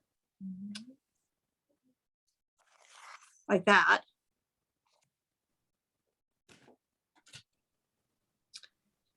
And so I may go in and embellish some of these in there, Oh, I was just trying to see what time it was. but I'm not sure. So the other side of the toggle is super easy. What did I just do? And I'm not actually going to go through that today because I don't want to waste your time. But basically, I've just made a tube. You've got 10 more minutes, so No, I think we're good. If you take a look at the directions, you'll see this. I make a tube. And I'm going to look at the directions to remember how many. 10 beads wide. So what I do is I do a 10 bead wide and I do 8 rows and then I curve it around a piece of wire. And in this case, I've gone ahead and embellished it a little bit just to make it look pretty. Don't embellish it too much though, because as it turns out, this actually embellishment makes it a little bit harder to get through this. This was a piece that I did for Amy Katz's, one of Amy Katz's, I don't remember which of her books, but it was a demo piece as a book. And so I embellished it an awful lot, and it's actually harder to get through if it's too long. oh, So right, if- yeah. Yeah. So you don't want to embellish it too much. This was more for a photo than a real piece. Oh, I'm having an argument with it. There we go. But a little bit of embellishment on the ends there can just make it real pretty. Well, it helps it to stop itself too from falling out probably. Well, what also helps it from stopping is that you actually do this thing that's 10 beads wide. And 8 around, and then you stuff wire in there, and the wire makes it not able to bend, so it doesn't bend and just come out. Stuffed wire in there. Yeah, I've stuffed wire or like rubber tubing or something that's. Mhm, absolutely. So you just want to make it nice and stiff, so it doesn't bend in the middle. Mhm. So See, I was supposed to put a demi there and I put a cylinder. Okay. Here's mine. That's just the way it is. yep. Well, it's on the inside there, so it doesn't really matter. Oh, that's adorable, Shelley. I like it.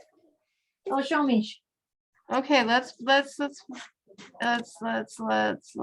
add spotlight. There you go. So put it up to the Mhm. camera, Shelley. There you go. Really close. Yeah. Purple and green Oh, and cute. Nice. I don't know if you can see. Higher, Shelley. Higher, Shelley. Up, up, up. There you go. And put your hand behind it, because if you put your hand behind it, Either way.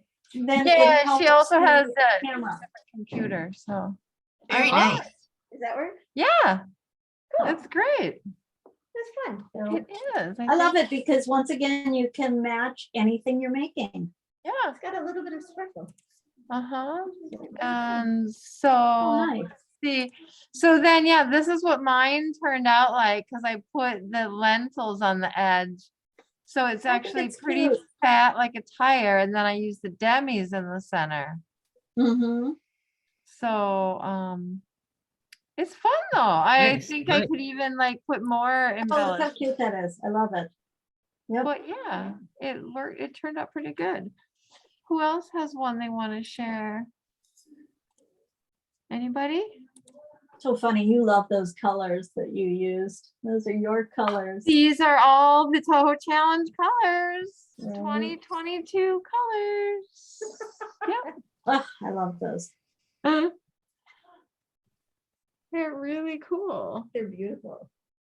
Yeah, This is a really fun little. it is a fun little thing. I lost my needle.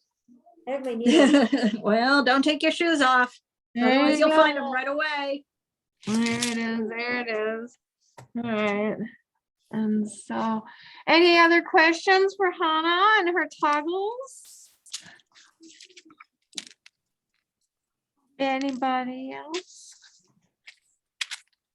And so Hannah, are you that tutorial that you're working on that's supposed to be out pretty soon? Hannah, the one with your Well, I've got about 4 tutorials that I need to get done, but none of them are gonna get done before the whole bead show. Okay. Just because I've got, today I've got strike, and then tomorrow I've got strike for the show, and then I think I have about 3 weeks where I have to lamp work and make some lamp work glass flowers. I'm completely out, and I don't want to go to the bead show without any of them. So which think is the the next- next show you're doing? I'm doing the whole bead show in Santa Fe as on the, I think at the 25th, 24th, 25th, and 26th, or maybe the 25th, 26th, and 27th. I can't remember, but of this what month. This month. March. Oh my God. Yeah. Oh, wow. Yeah. The last Thursday in March, I'm heading down to Santa Fe, and so I got to get some lamp working done and some flowers done. I have a couple of dragons finished, lamp work dragons, and three flowers. That's it. Wow. Yeah. That's exciting though. So it's gonna be, I'm gonna finish this kit for this piece, and it's probably gonna be the only kit I've got. And then I'm gonna have to get lamp work done. So there's not gonna be any new tutorials for it though. So this was a piece that I taught years ago at Bead and Button. I think I taught it 3 times at Bead and Button. Fascinating. Isn't it beautiful? I love that piece. So, and I always say that I'm not gonna make another one because I've made too many, and then I end up making another one. It's based on a Cellini, right? or? Yes. Yeah, it's loosely based on a Cellini. It's got a, I mean, the trick is different sizes and shapes. But I'm not going to tell you what the trick is. No, I get it. I get it. I get it. So, It's adorable. And oh, thank you. I'm really excited. Anybody else have any questions, comments, jokes? A really quiet group today. I know. I'm gonna drop the link to that Royal Ruffles bracelet into the chat though. Sounds super So if anybody duper. wants to make it, it is a advanced peyote stitch project. That would keep me out Perfect. of trouble, Thank sure. you. Yeah, that'll keep us out of trouble off the streets, you know. Right on. Let's see. So, well, golly jeepers. Are y'all ready for class number 3 project? It's Yes. so much fun and excitement. We'll just give you a small little break teaser. I am using Toho Challenge 2022 colors. All the projects I've made, or Hana's, my toggle was made out of that. And now all the projects I'm going to be making for my Murray's dagger are also Toho Challenge 2022 colors. It's a really fun little pattern. If you make an earring, that's what they look like. They're just sweet with just 3 little daggers, and you can use fire polish. You can use any kind of drop in between. You could use a bicone crystal. You could use rounds, anything you want to use. It's just super duper fun. The normal pattern, if you're going to make a necklace out of it, you can really get fancy. It is a lot of fun. Murray is Shanna's cat, and he is a real princess. He loves his necklaces. So the first time I made this necklace, it shrunk so much when I did this top embellishment, it pretty much only fit the cat. And so we gave it to Murray, and he loves it, loves it, loves it, and still wears it. And then we remade the necklaces for Shanna in her colors for her wedding. So if anybody went to Shanna's wedding, that was what it was all made out of. And so you can do it really fancy if you want on the top, or you can do it really, really simple. It is one of those patterns where it's just completely up to you on how you want to do it. Sorry, hold on. And so puppy dogs might like it too. You don't just have to make it for cats. And so this one. Hold on, let me just get sorry about that. No worries. Yeah, this one's made with a fire polish. So, oh, here's your daggers, Shelly, to help. There you go. Thank you. Yeah, So there's what this is. there's your daggers. And if you want to make purple ones, the purple sample, that way you've got the rounds are ready for it right there too. And then, oh, here's the fire polish. And yeah, all the rest of the beads are in that bag. That was my sample bag. Oh, the whole, okay. The whole bag is the sample of what I made these. Okay. And you might also need, let's see, Shelly, you need these. These are the 11 demis. So it's a really fun little pattern. And it uses, like I said, the 2-hole daggers. So they really sit into place nicer than a 1-hole dagger, but you could use a single hole dagger if you really, that's all you had. And then it uses the 2-hole lentils, which give this perimeter type of a little texture. You can see the 3-dimensionality of it. And so what we are going to do is start in the middle here with our lentils, and then we build our dagger section, and then we build the fringe to go up to the top, and then we seal it all together. So it seems kind of like a long way around to make a earring. But when you're working with these multi-hole beads, they're kind of sharp. And so instead of pulling tight and trying to have really tight tension, It's better to go around and around and around and around again with a loose to medium tension.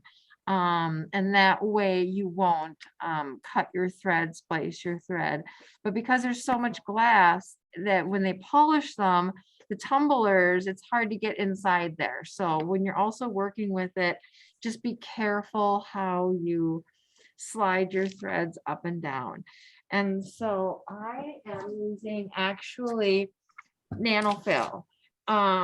They have, I don't know if you've all heard the rumors, but they are discontinuing making Fireline because it's fraying too much and shredding too much. So for the fishermen.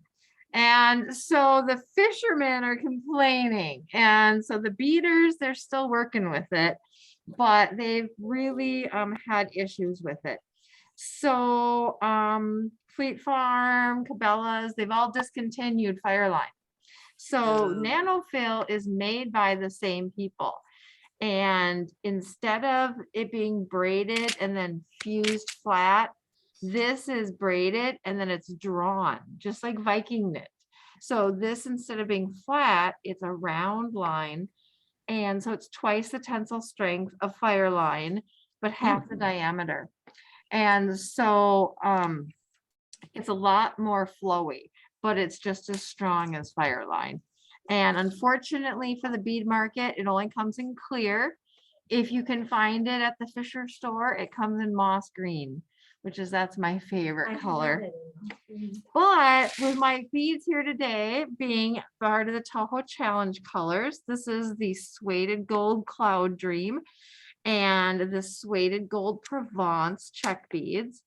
And then in Toho beads, I have these beautiful bronze line crystal with a rainbow. I've got the perma finish silver. And then we've got the semi-glazed blue rainbow. So it's really, really fun to use these new colors.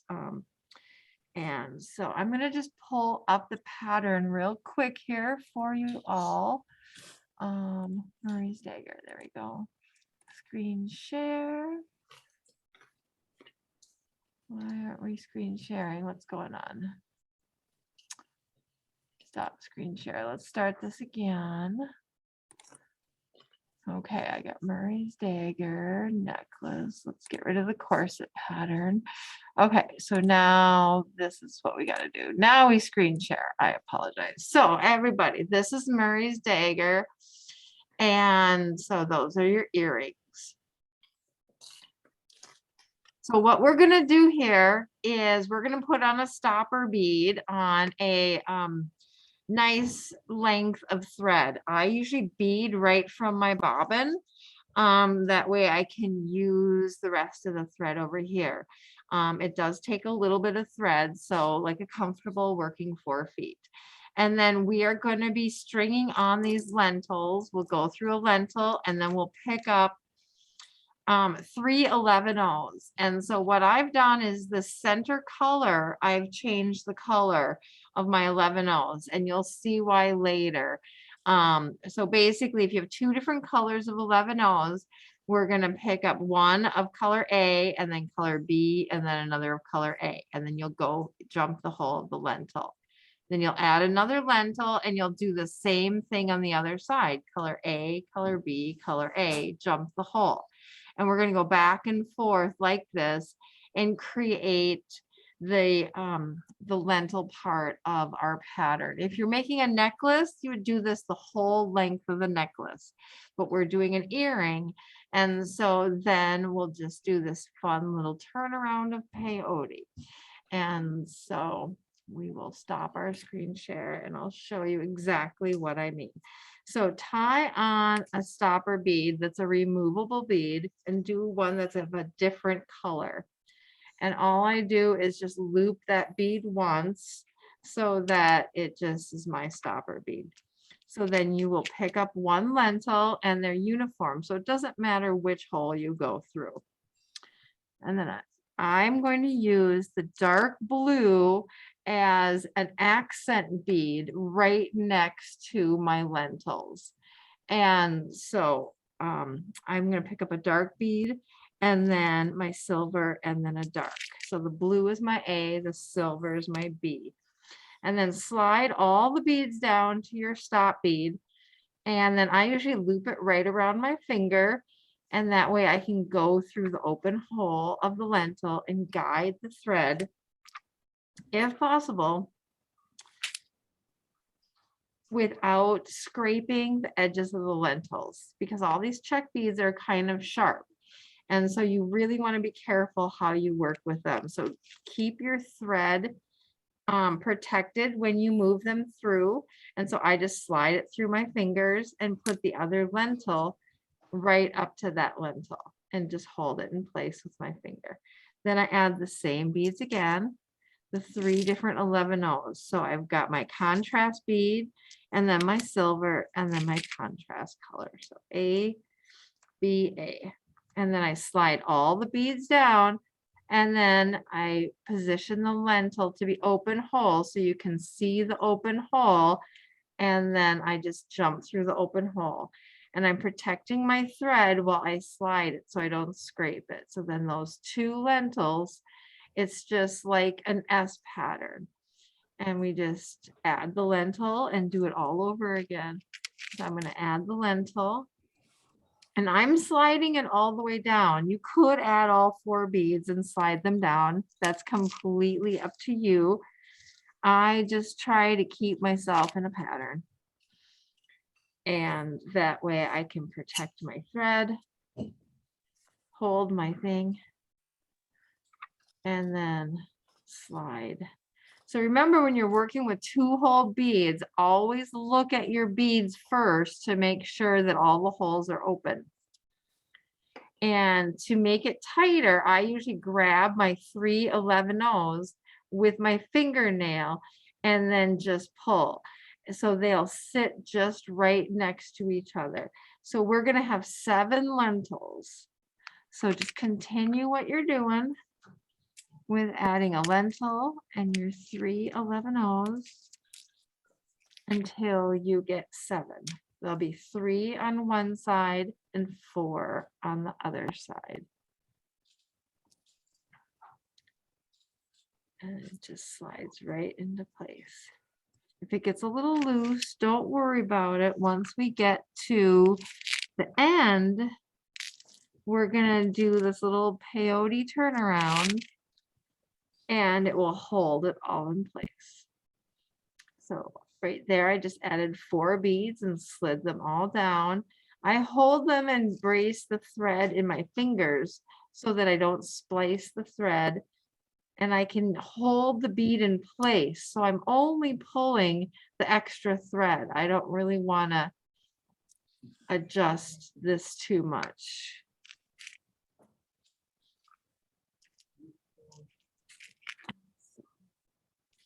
I really like these colors in the Dawn of a New Day challenge. They're just so inspiring. Uplifting yet soft. Let me go through the open hole of the lentils. So how many we've got here? I've got 3 and 3. So I need 1 more. We need 7. For the necklace, it's basically up to you, depending on how long you want it, where you want it to lay, more choker length or longer. But yes, it does use a lot of lentils if you want to make a necklace. Okay, so now let's just straighten that out here. Like you say, I'll pull just these 3 11-0s to tighten it up. And so now we have it all sitting here. I have 3 on this side and 4 on that side. And so this is going to be the top of our earring over here. And then the bottom of the earring is going to be down there. And so right now, let me just screen share quick where we're at. We just put all of these beads on and went in this S-shaped pattern. And so now we're going to create this little peyote accent here. You'll see how it's used later. But what you're going to do is add 1, 2, 3, 4 beads. and then pull it taut. And then you're going to add this technically 5th bead, but it's pretty much your first bead as you go down. So then you add that bead and then turn around and go back into the 2nd bead, and it forms the little T of the first peyote, and then add 1, and then we go right back down where we came from. So it's a really cute little peyote stopper technique. And so I'll show you how that works. We pick up 4 blue beads. And then I slide all my beads down into place. So that's why on the pattern it said add 4 beads. So now it says add 1 more 11 same color. You're going to skip that top one and pass through the 3rd bead you added just previously, and then pull it taut. And those top 2 beads will sit right next to each other to be the top of your little peyote. And then you add 1 more bead and skip a bead and pass through the next. And then you also want to pass through the lentil and the first 11 after, the A bead just after that lentil. And then you pull taut. If your lentils pull out of place, you can, like I said, just adjust those 4 beads and then pull taut. So you will have this really neat little 4 bead peyote. And so now you're exiting out the A bead right underneath that first lentil. And so since we have the B color in the middle, that's the silver, what you're going to do here is add a B, pass through the center, and then add another B, and then pass through the A, and then both lentils, and then that first A after. So the contrasting color. So you're going to go all the way back up to the top again. We're following the same zigzag pattern we did at the very beginning. And so you just added 1 of the B beads on each side of it. So then it just forms, don't pull too tight, it'll just sit right on top. And so you're going to do the same thing on each one of these. Add that new B bead, pass through the center B, and then pass through the B, both lentils, and then the B that's immediately after your contrasting bead. And then just pull taut enough so that it sits just in place. You don't need to crank on it. There's no reason for that.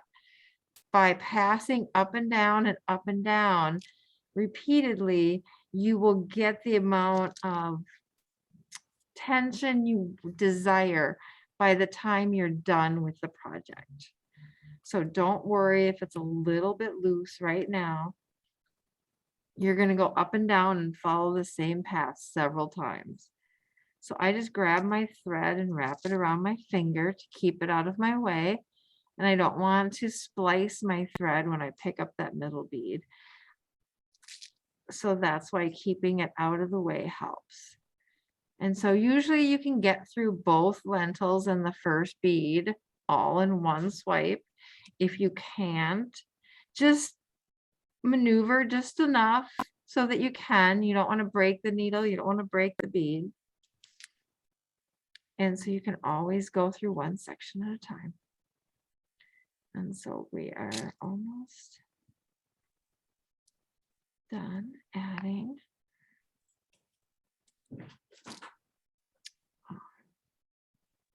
Second color. When you're making a necklace, this kind of gets like a long process because you're going up and down and up and down and up and down before you ever get anywhere. So don't give up. Make the earring first. Then you'll have an incentive to finish the necklace. For Shanna's wedding, we made 9 of the necklaces, I think, and then 9 pairs of earrings. They were cute. It was all in turquoise and black and white. So really 50s poppy colors. All right, we're almost done. We're getting our last accent A here, or B here, sorry. And then we pass through the middle. So one on each side. When you're following the same color, it's really easy to notice. So now you're going to go through the last A bead there and the lentil. And then now remove your stopper bead or just slide it down your thread if you're like me who bead right off your bobbin. Just get it out of the way. It's not being used right now. You will use that tail later. And so to keep your tension, what I would recommend is just tying a really small knot against your tail right here. This way it'll keep your tension where you're at. And I just do half of a knot. And then we do this peyote section again. And then I'm going to do one more half of a knot. So remember how we did it on the other side? Add 4 11-ohs in that A color, which is the contrasting color. I slide them all down, hold them on my finger so that I have control. Now I add one more, skip the top one, go through the second bead, and then pull it taut. And those top 2 beads should form a little T. And then add a bead, skip the next one, pass through the lower A bead here. Come on, get in there. When you're beading backwards, it's always a funny angle. And now go right back down where you came from. Go through the lentil, through the bead, and exit the first B bead you added right here on the corner, just right here on the very edge. And so I will show you on the pattern one more time. So this is what you just did. You added this extra bead here, and then you went down and added the extra bead there and did the whole thing. And then you added this extra little peyote part right there. And so now we're going to create our daggers. And so you are right here. See, we removed our stop bead and you came out of this first bead down here on the bottom. So remember, this is the top. So those little peyote guys, that's the top. And so the bottom here is where we add our fire polish and our daggers. So what you're going to do is add 2 11-ohs in the same color that you just came out of. So I just came out of a silver. I'm going to add more silver. So it's more the flashy color. So you add 2 11-ohs and then your fire polish or your accent bead, whatever you're using. And then either 3 15s or 3 demis, just a little picot at the end to hold that fire polish on and give it accent.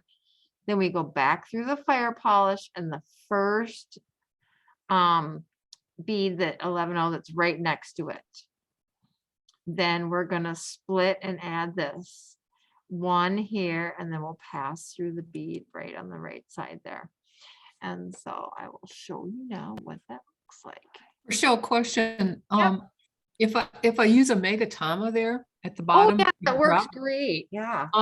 So what wouldn't would put I a use an picot. 11-oh, or what would I use for a drop underneath it? You would just, here, let me show you back on the screen.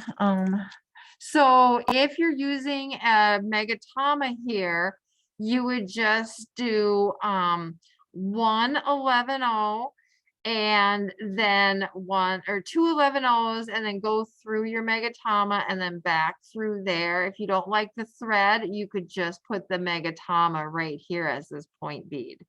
It's up to your aesthetic. I kind of like to share the bead so that my fringe splits. But you could just do 1 11-oh, megatama, 1 11-oh, and then pass Oh, back. I was thinking you would drop the megatama and put a bead at the bottom of the megatama. Well, but then the megatama won't hang straight. Oh, yeah, you're right. So you'd put one on each side, so it would be like the center bead in the picot of a megatama, so one would be here, megatama here. You just skip your fire polish, obviously. Okay. I did have one, I sold that sample, so I'm trying to remember how I did it, but I do believe I just added 111, a megatama, and one, and then that, so like a drop bead, that same thing. Okay. And so, okay, so we are, whoops, here we go. So we're coming right out of here. So I'm gonna add 2 11-0s, 1 fire polish, and then I'm using demis for my picot. So 1, 2, 3 demis, and I slide all of my beads down. And then I skip the demis and pass through the fire polish and the first 11-0 right after it. And make sure your demis are straight, and then add 1 11-0, and then I'm going to go down through the 2 11s on this side. So one is the B bead, the silver, and then the blue right before that lentil. Don't pass through the lentil, just pass through those 2 beads on that side, and then your little accent is centered right underneath that demi. So now we're going to add our first dagger. So your dagger has 2 holes on it. You are always going to be going through the top hole first. And so from one side to the other, add your dagger. So you came out of the blue bead right before, after this lentil. Now you're going to go into the 2 beads right on the other side of that hole. So your dagger will nestle right in between those 2. So you went from blue bead through the top hole of the dagger and then down from the blue bead to the silver bead. And so now what we're going to do is just follow that same thread path to secure this dagger into place with a medium amount of tension. So now pass through the upper hole of the dagger, the open one, and then back through the same 2 beads you just passed through. So you're just making a little circle to secure that dagger right into place.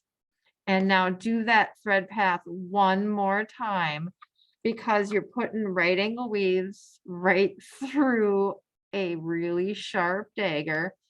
So you don't want to pull too tight, just tight enough for the dagger to sit there properly.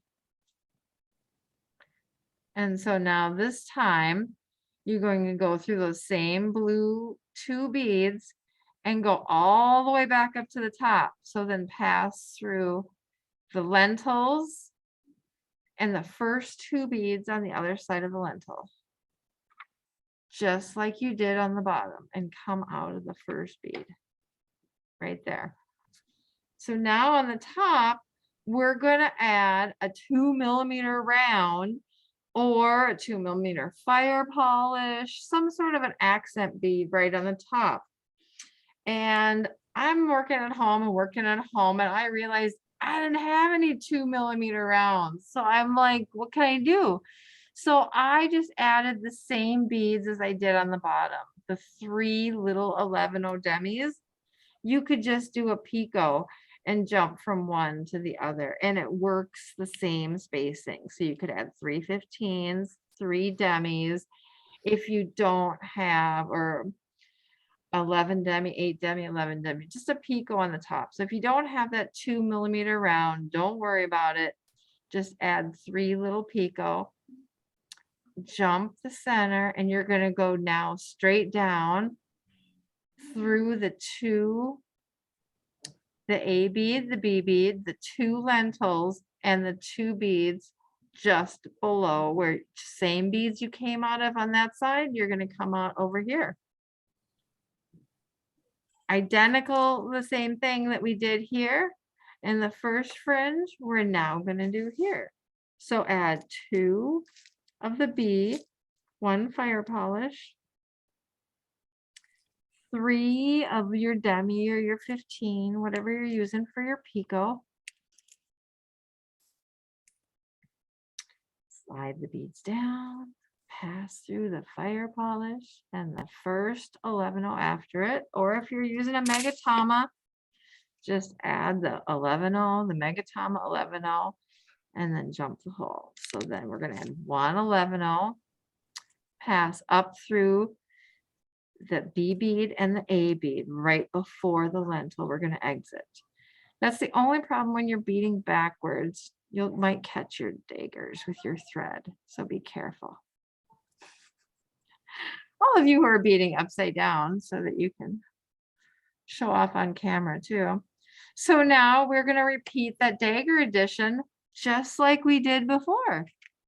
So you're going to pick up the dagger through the top hole and then jump to the next 2 beads that are right below the next lentil. And then that dagger will sit right in place. So now you're going to do that little right angle weave stitch here, pass through the second hole of the dagger and down the first 2 beads right next to it. And I'm just going to try to guide my thread here through the little knot that I just made. There you go. There we go. And then we're just going to repeat that again because it's just so sharp. I don't want to pull really tight. So repeating the thread path here helps it to lay in place. And you don't have to then repeat it later. So now that you've done the second time, we're going to pass through again the 2 beads on the right side and the 2 lentils and all the way up to the top through the first 2 beads there to do the same top accent. Is everybody following this repetitive circular? Yeah, I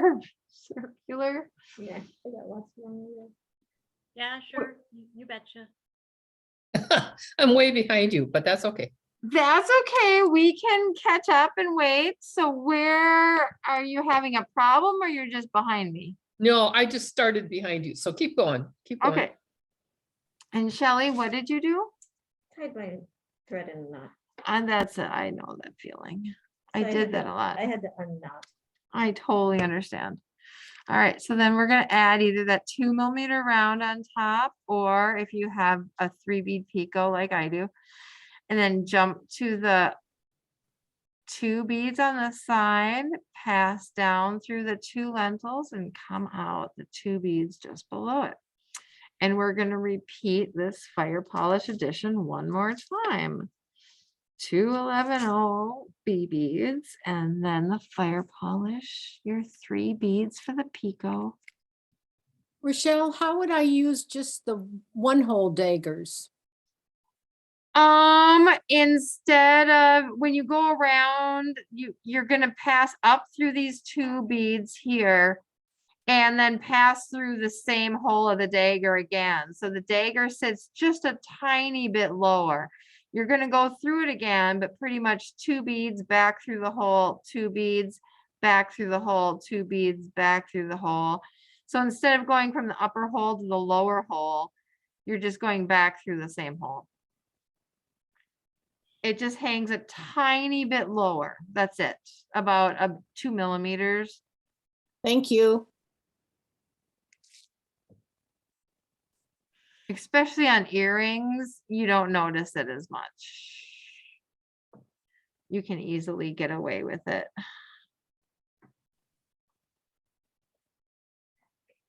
So now we're going to make our last dagger addition here. And come here, dagger. There we go, through the top hole and then through the 2 beads on the other side. So if you're making a necklace, you would do the same thing. So yeah, right at this point, if you only had one hole, you just go back through that same hole.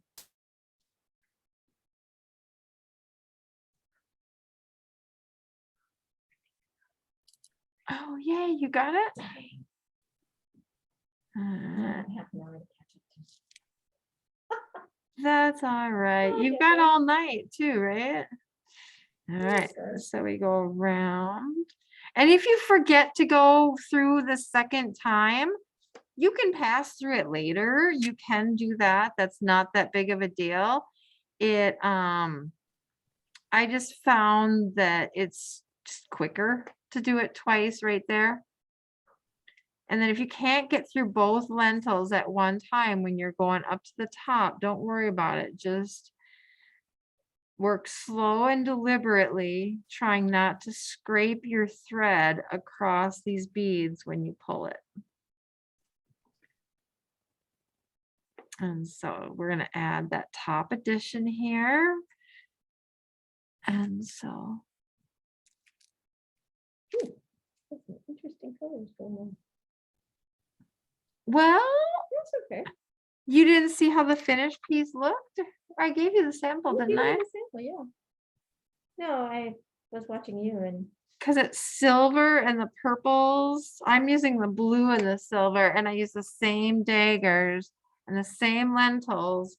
I just switched the purple bead for the blue bead.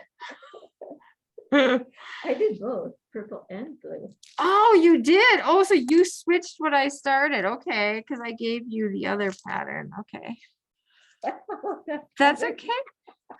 If you give somebody a whole lot of beads, you have every prerogative to use whatever it is you want. You don't have to follow my silly color scheme.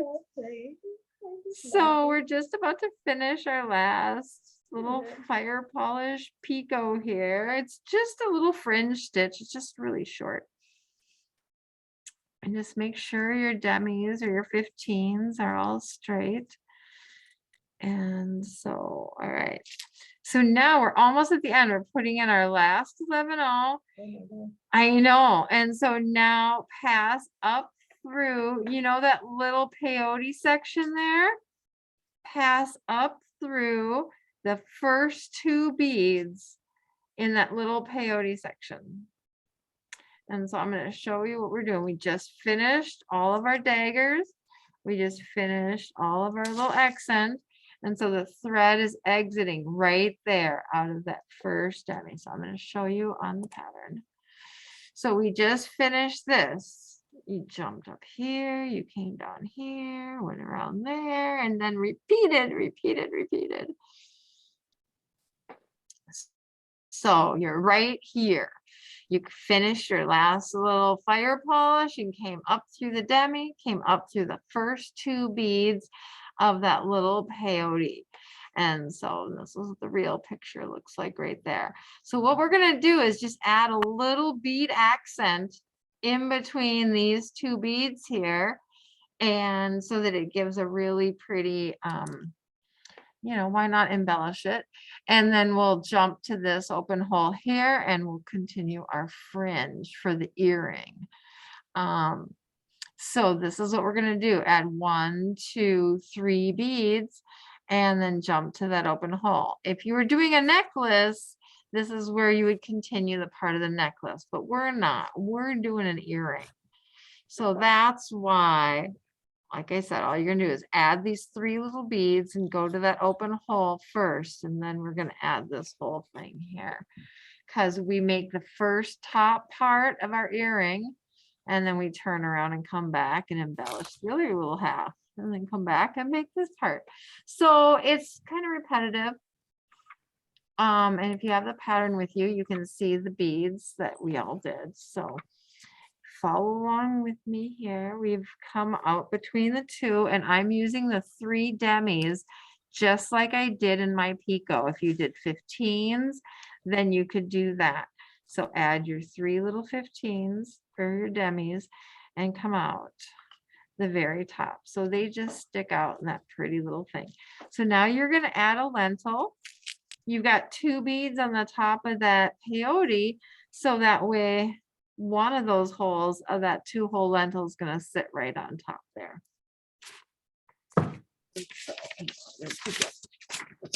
Sorry.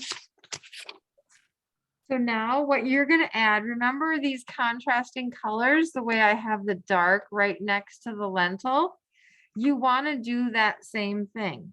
So you pick up the B bead and then 3, or the A bead, I'm sorry, you're contrasting blue.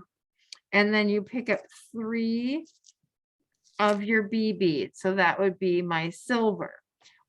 And then back again to the A bead. When you're creating a pattern, you always want symmetry. So if you do 1 and then 3, you always have to do 1 of that first color again to create that symmetry. And so now we have a fire polish, we're going in the middle, but I want to have an accent bead on each side of that fire polish. So I'm going to pick up a silver bead and then a fire polish. That way my fire polish is accented. And I just now want to do the reverse. So I'm going to pick up a blue, 3 silvers, and a blue. You always want to have balance in your pattern. And so be consistent here. And when you add 3 beads in a color, then you can make this really adorable little peyote like cross X. So that's what we're making. We added the silver lentil, and then I did my contrasting color, 3 beads, and then my fire polish, and then 3 beads. And now we're going to go right up here again, and we make the top. So I've got, oops, come here, slide down, beads, behave. I know. Okay. I think it is how I did it. So No, right no, at the what you top, should say is bead have. bead have. There you go. I love it. So at the top, you can make a whole variety of different ways to make your little ear wire loop. I'm using a 3mm round bead, and then I'm using my 15s to make a little ear wire loop. And then I'm turning around and going right back through the 3mm. So my 3mm is actually the holes pointing north to south. So it really comes together as a tight point instead of going east to west. So I'll show you as I do this, and it might make more sense. So I've got my 3mm round right at the top. And that will be the bead that I come and go from as I make my little ear wire loop. And so if you're using demis, anywhere from 11 to 13, 15 beads for a demi loop. If you're using 15s, 7 is pretty good, or 9 or 8, anywhere as big as a loop or as small as you want, pretty much. The demis are smaller than a 15, so that's why you use more demis. 6, 7, 8, 9. I'm using 11. So I put on my 11 beads, and then I'm just going to go through those 11 beads one more time and create a circle. So pass back through from the start of the 11. That way it just forms a little loop right at the top, and then it's now a stopper. So my fringe ain't going anywhere. The beads aren't sliding around anymore. And so now I'm going to go right back through the 3mm on the top, the B bead, and come out of my first bead in that 3 bead color series. So this is where if you just add 1 bead, skip the middle bead and go through the 3rd, then it comes out like a little X. And so you're just making a little peyote accent in the middle of your fringe. So now pass down through the rest of the beads in your fringe and come out the next first bead in that next 3 bead series. Do the same thing. Pass through the 3rd bead, and you now have a little peyote X on the bottom. So now we want to get to this open lentil hole that's right here. So right here, see how you have your other dark accent bead? You're going to add one of those and then pass through the open hole of your lentil. That will now center your fringe in the middle of that lentil. And now pass through the open a bead right below the lentil. See how this one came out of that hole? Go through the other one on this side of your little peyote piece. And remember that little picot we did in between those 3 on that side? You're going to do the same thing on this side. So add your 3 little beads, pass down through that lower bead in your picot of your, just below the picot, straighten out that bead so it's straight. There you go. Now it lays straight. See how it's just a cute little accent right on each side of that little peyote. So now we're going to go right back up to the top of our fringe again so we can create the other side of our ear wire. So if you just do a U-turn and pass up through the bead right on the other side here, and those 3 beads in the picot, and then up through the lentil, just pass through the same beads on this side that you came down. And when you get to the little X, you get to choose which side you want to go. If one side's a little looser than the other, I'd probably go through that because that will strengthen it up. So pass all the way back up your fringe. See. And then, yep, just pick a side. There we go. We're going all the way back up. And so now I'm going to go around this ear wire loop again here.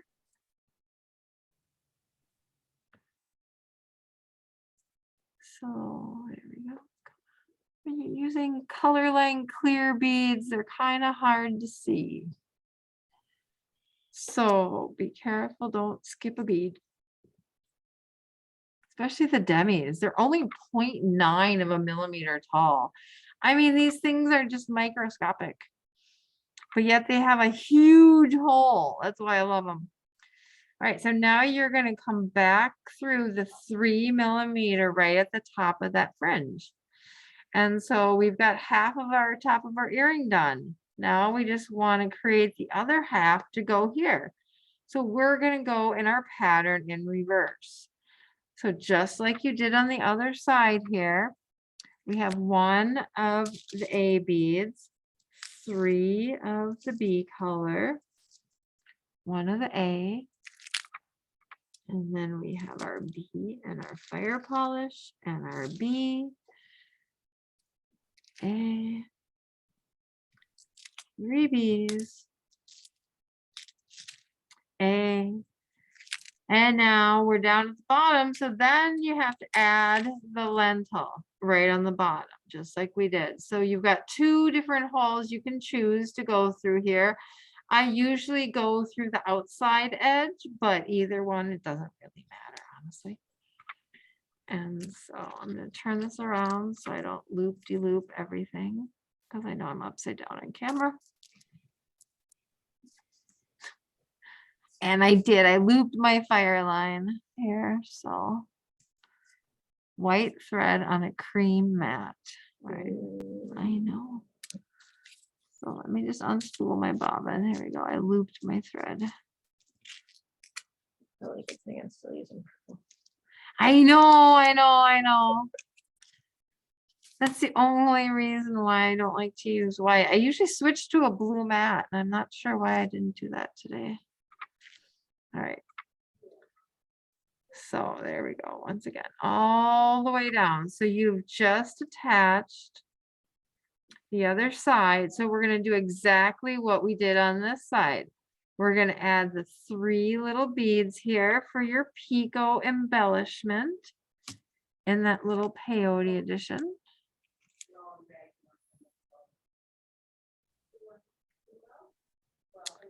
And then I'm jumping just to the lower bead in that little peyote edition, and then just pull it taut enough so that your little thing is there. Now make your U-turn and come up the other side of the bottom of that peyote edition so that we can make the picot on this side. Don't loop your fringe. Don't loop your fringe. There you go. So then we make the picot right here. And then pass up through the top and through the open hole of the lentil. Now that lentil is nice and secure right there. So we add once again the contrast color A bead and then pass through the first of that 3 color sequence there. And then add 1, and you're going to skip the middle and pass through the 3rd bead of it. And then we'll go all the way up to the next 3rd bead sequence. See how that just pops into place, that little X there? It's just one little embellishment on your fringe, but it really makes a big statement.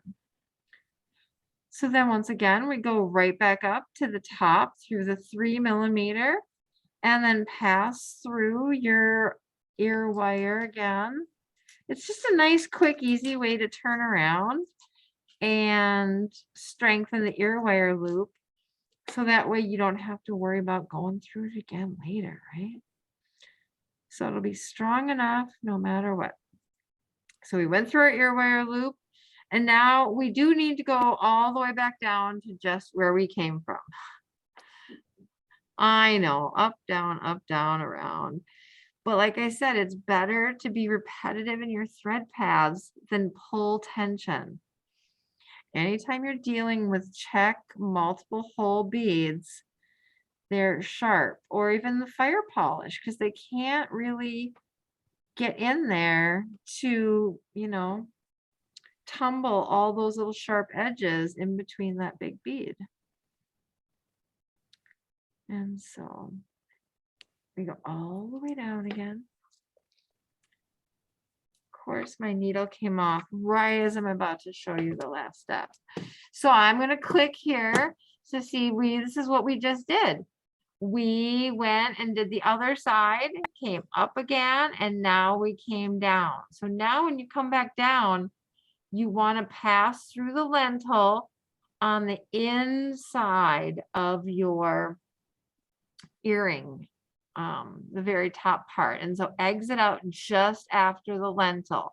So what we're going to do here is just add a bead and go across the top of the inside here. So we'll scroll down. So you just exit the lentil. So now you're going to take a 3 millimeter something, whether it's a fire polish, a bicone, a round. Oh, somebody's in the waiting room. There you go. Admit.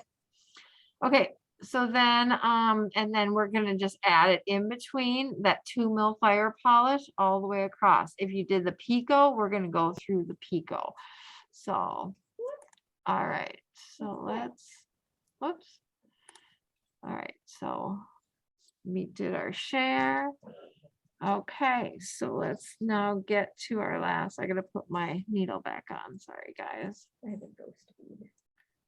I'm totally a nerd, but Debbie's remind me of Doctor Who's TARDIS. Totally bigger on the inside than they are on the outside. I love it. I love it. All our sci-fi geeks out there. I'm one too. I admit it. Okay, so we're right here. So now you want to come out the inside. So I'm going to go through this blue one and the inside hole of the lentil. You don't go through the lower beads on this part. You just come out of the lentil. So I'm going to use a 3 millimeter round, And then you're gonna pass through all 3 beads in that picot or the 2 millimeter round, whatever you did. And then add another and pass through the next. And so this is gonna pull this all together and give it this really nice curve in that little ear wire. And then, so now once you're at the end, you just pass up through the inside hole of that lentil. And it draws it all together. And so what I usually do is pass through into this little first cross here of my peyote. And that's where I do my turnaround. I go up one of those beads and then down the other horizontal, and then I go right back down where I came from because I want to pass through that curve again of 3 millimeters. So that's also a really good reason to have those little X's, is they make great turnaround spots.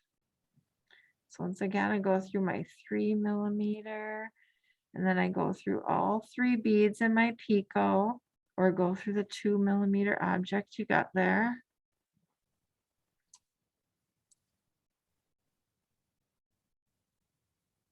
And you are really pretty much done. What I do is I take my tail and I run through my thread path just to secure it again.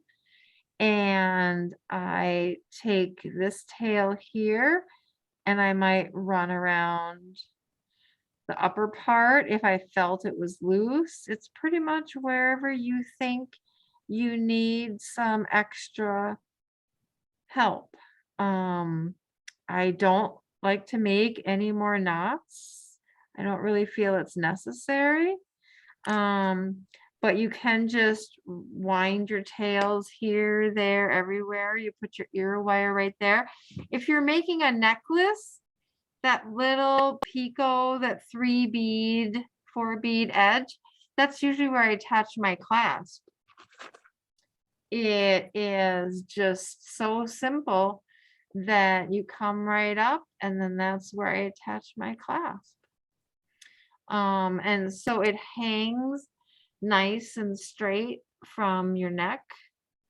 And so this one, I did not put that bead on the top and I did not draw it together. I wanted it longer and looser, so that way it's a little bit more flexible. And so you don't have to do that embellishment on the top if you don't want to. If you want to do the embellishment on the top, you can go as crazy as you want to with embellishing the top. And here I went really, really, really nutty. And I embellished it with a super duo. And then I did a super duo netting. And then I did my interchange right angle weave. And so I went a little nutty. And so you can do anything you really want. These are some of the top hole beads on the top here. So it is really up to you. You can amplify this up. You can take it down. You can do anything you want with it. But that little, what do you call it? Lentil piece right in the middle actually makes a really nice chain. And if you only just wanted to turn that into a chain, I did it on this wonderful necklace here. And it just adds a really nice texture. It was the embellishment all on the edge. So that is that same lentil chain that goes across here and goes across there. So you can really take it to any direction you want to create structure. And I created that same thing, just kind of going in that back and forth and doing those little picots. So you can really start with something simple and then just turn it into something more advanced by adding another layer, adding another layer. It's really kind of fun. And so, and like I said, I've been using all the Toho challenge colors for this whole presentation. And if all of you guys are excited about the Toho challenge, as excited as I am about the Toho challenge, oh my gosh,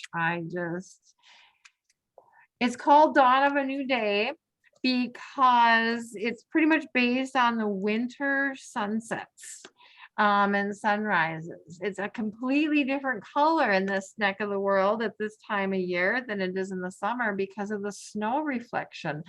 So everything is very cool and has that misty, pinky, mauvey glow to it.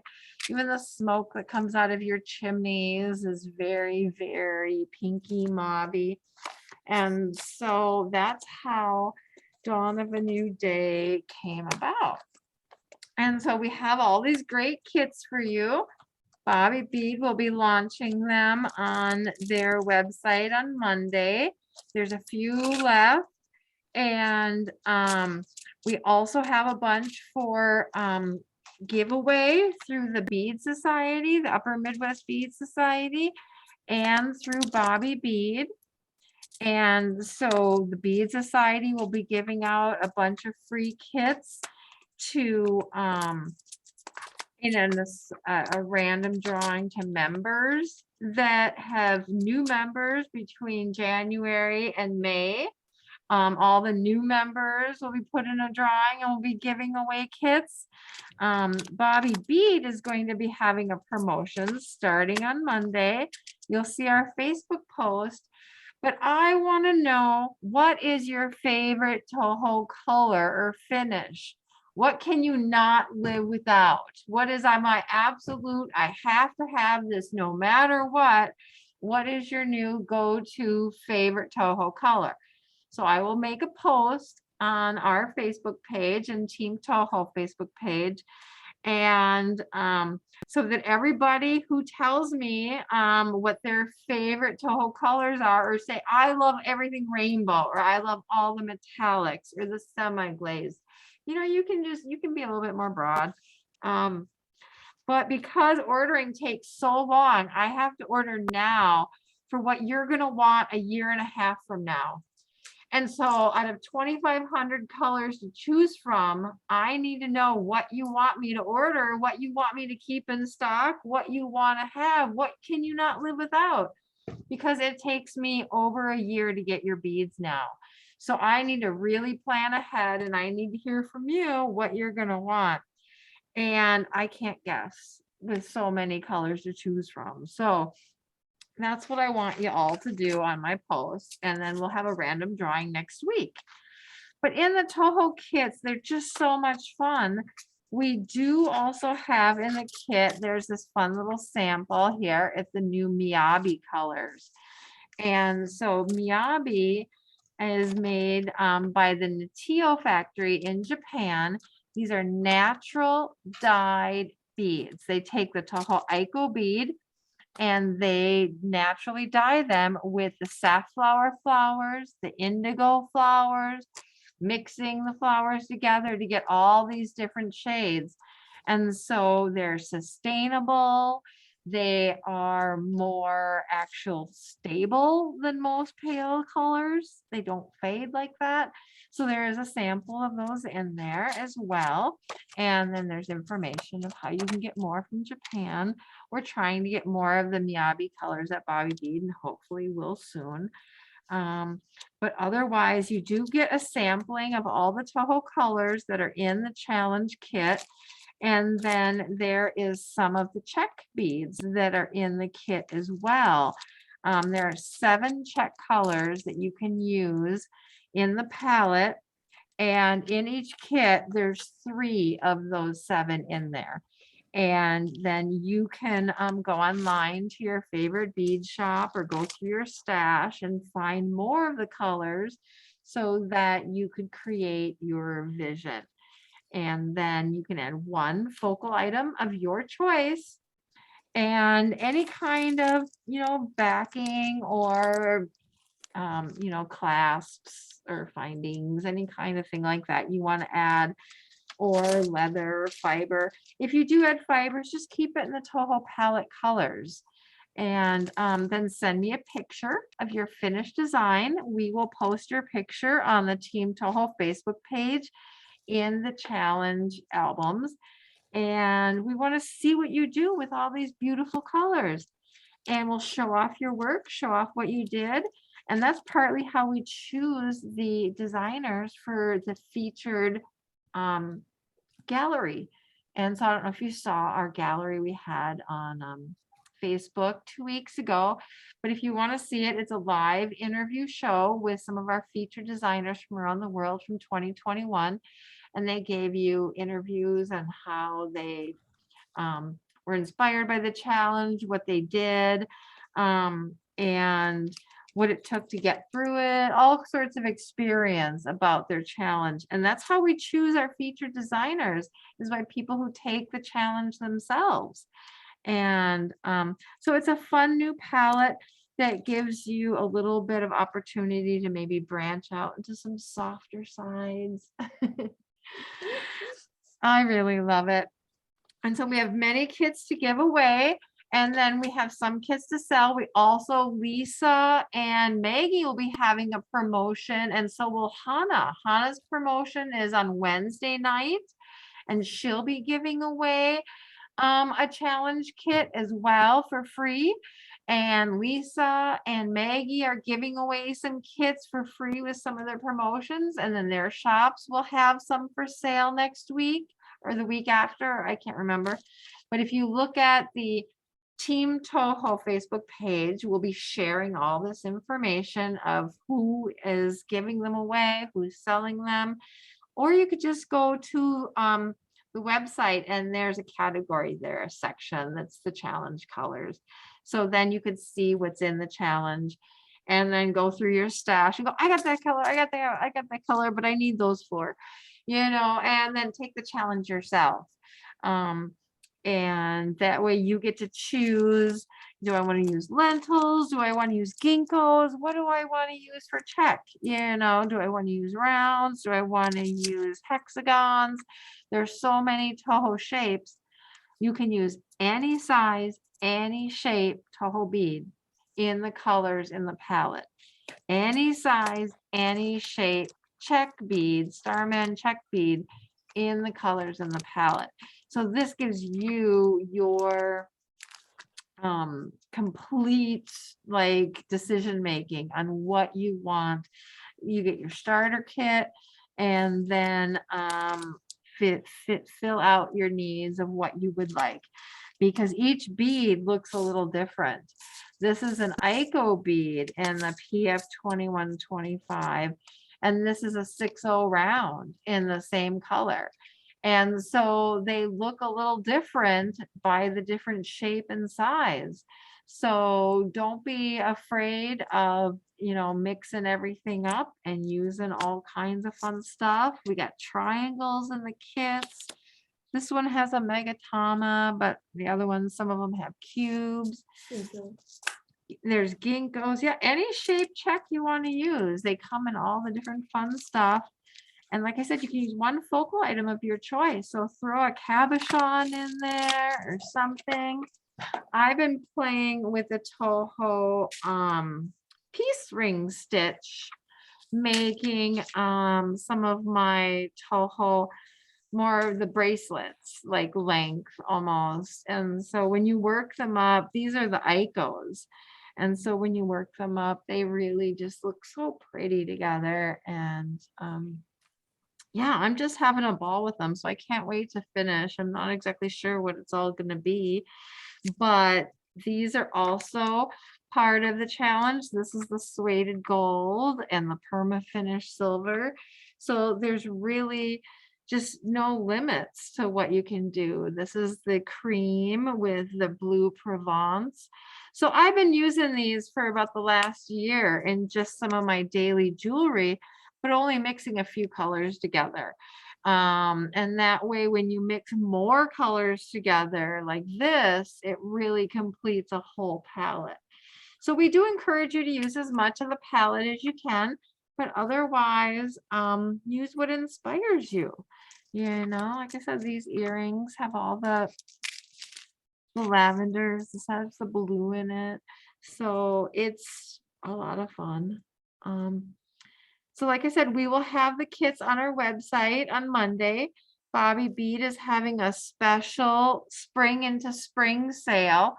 And so tomorrow, which is Sunday, and Monday, the 13th and 14th, we are having a super spring into spring. So check out our website and the kits will be online. So there'll be some on tomorrow and some on Monday and some on Tuesday. That way, if you miss it, keep trying, keep checking out. So don't give up. We have lots of kits to give away too. And the Team Toho Facebook will tell you all of that, where you want to go, where to get your free kit or to buy your kit. And I also want to remind you that peace comes in many ways. And so if you want to make peace rings, and I made them in colors for Ukraine. And if you post your happy peace rings on Facebook or Instagram and hashtag Toho Peace Ring at Toho Beads, they do donate $1 to peace charity for every hashtag they get. And so it's all about saying something peaceful to the world. And then Toho will put their money backing behind it. And hopefully we can bring peace through 1 gram of beads at a time, because we need it. I mean, this is just crazy out there, and beading makes people happy. Happy people don't declare war on other people. I mean, come on. Let's just be happy, right? And so if anybody else has any ideas of how we can bead happy and share the love, we want to do it and we want to help you do it. So just message us and share your project with us and we will share it with the world. Because I think that, yeah, beading connects us. You can't be mad at your friends that you sit down and bead with, right? And so I don't know if you have any questions about the challenge or about Murray's dagger necklace. You can always message me at Bobby Bead or on Facebook, and email me, because we just want you to bead happy together, right?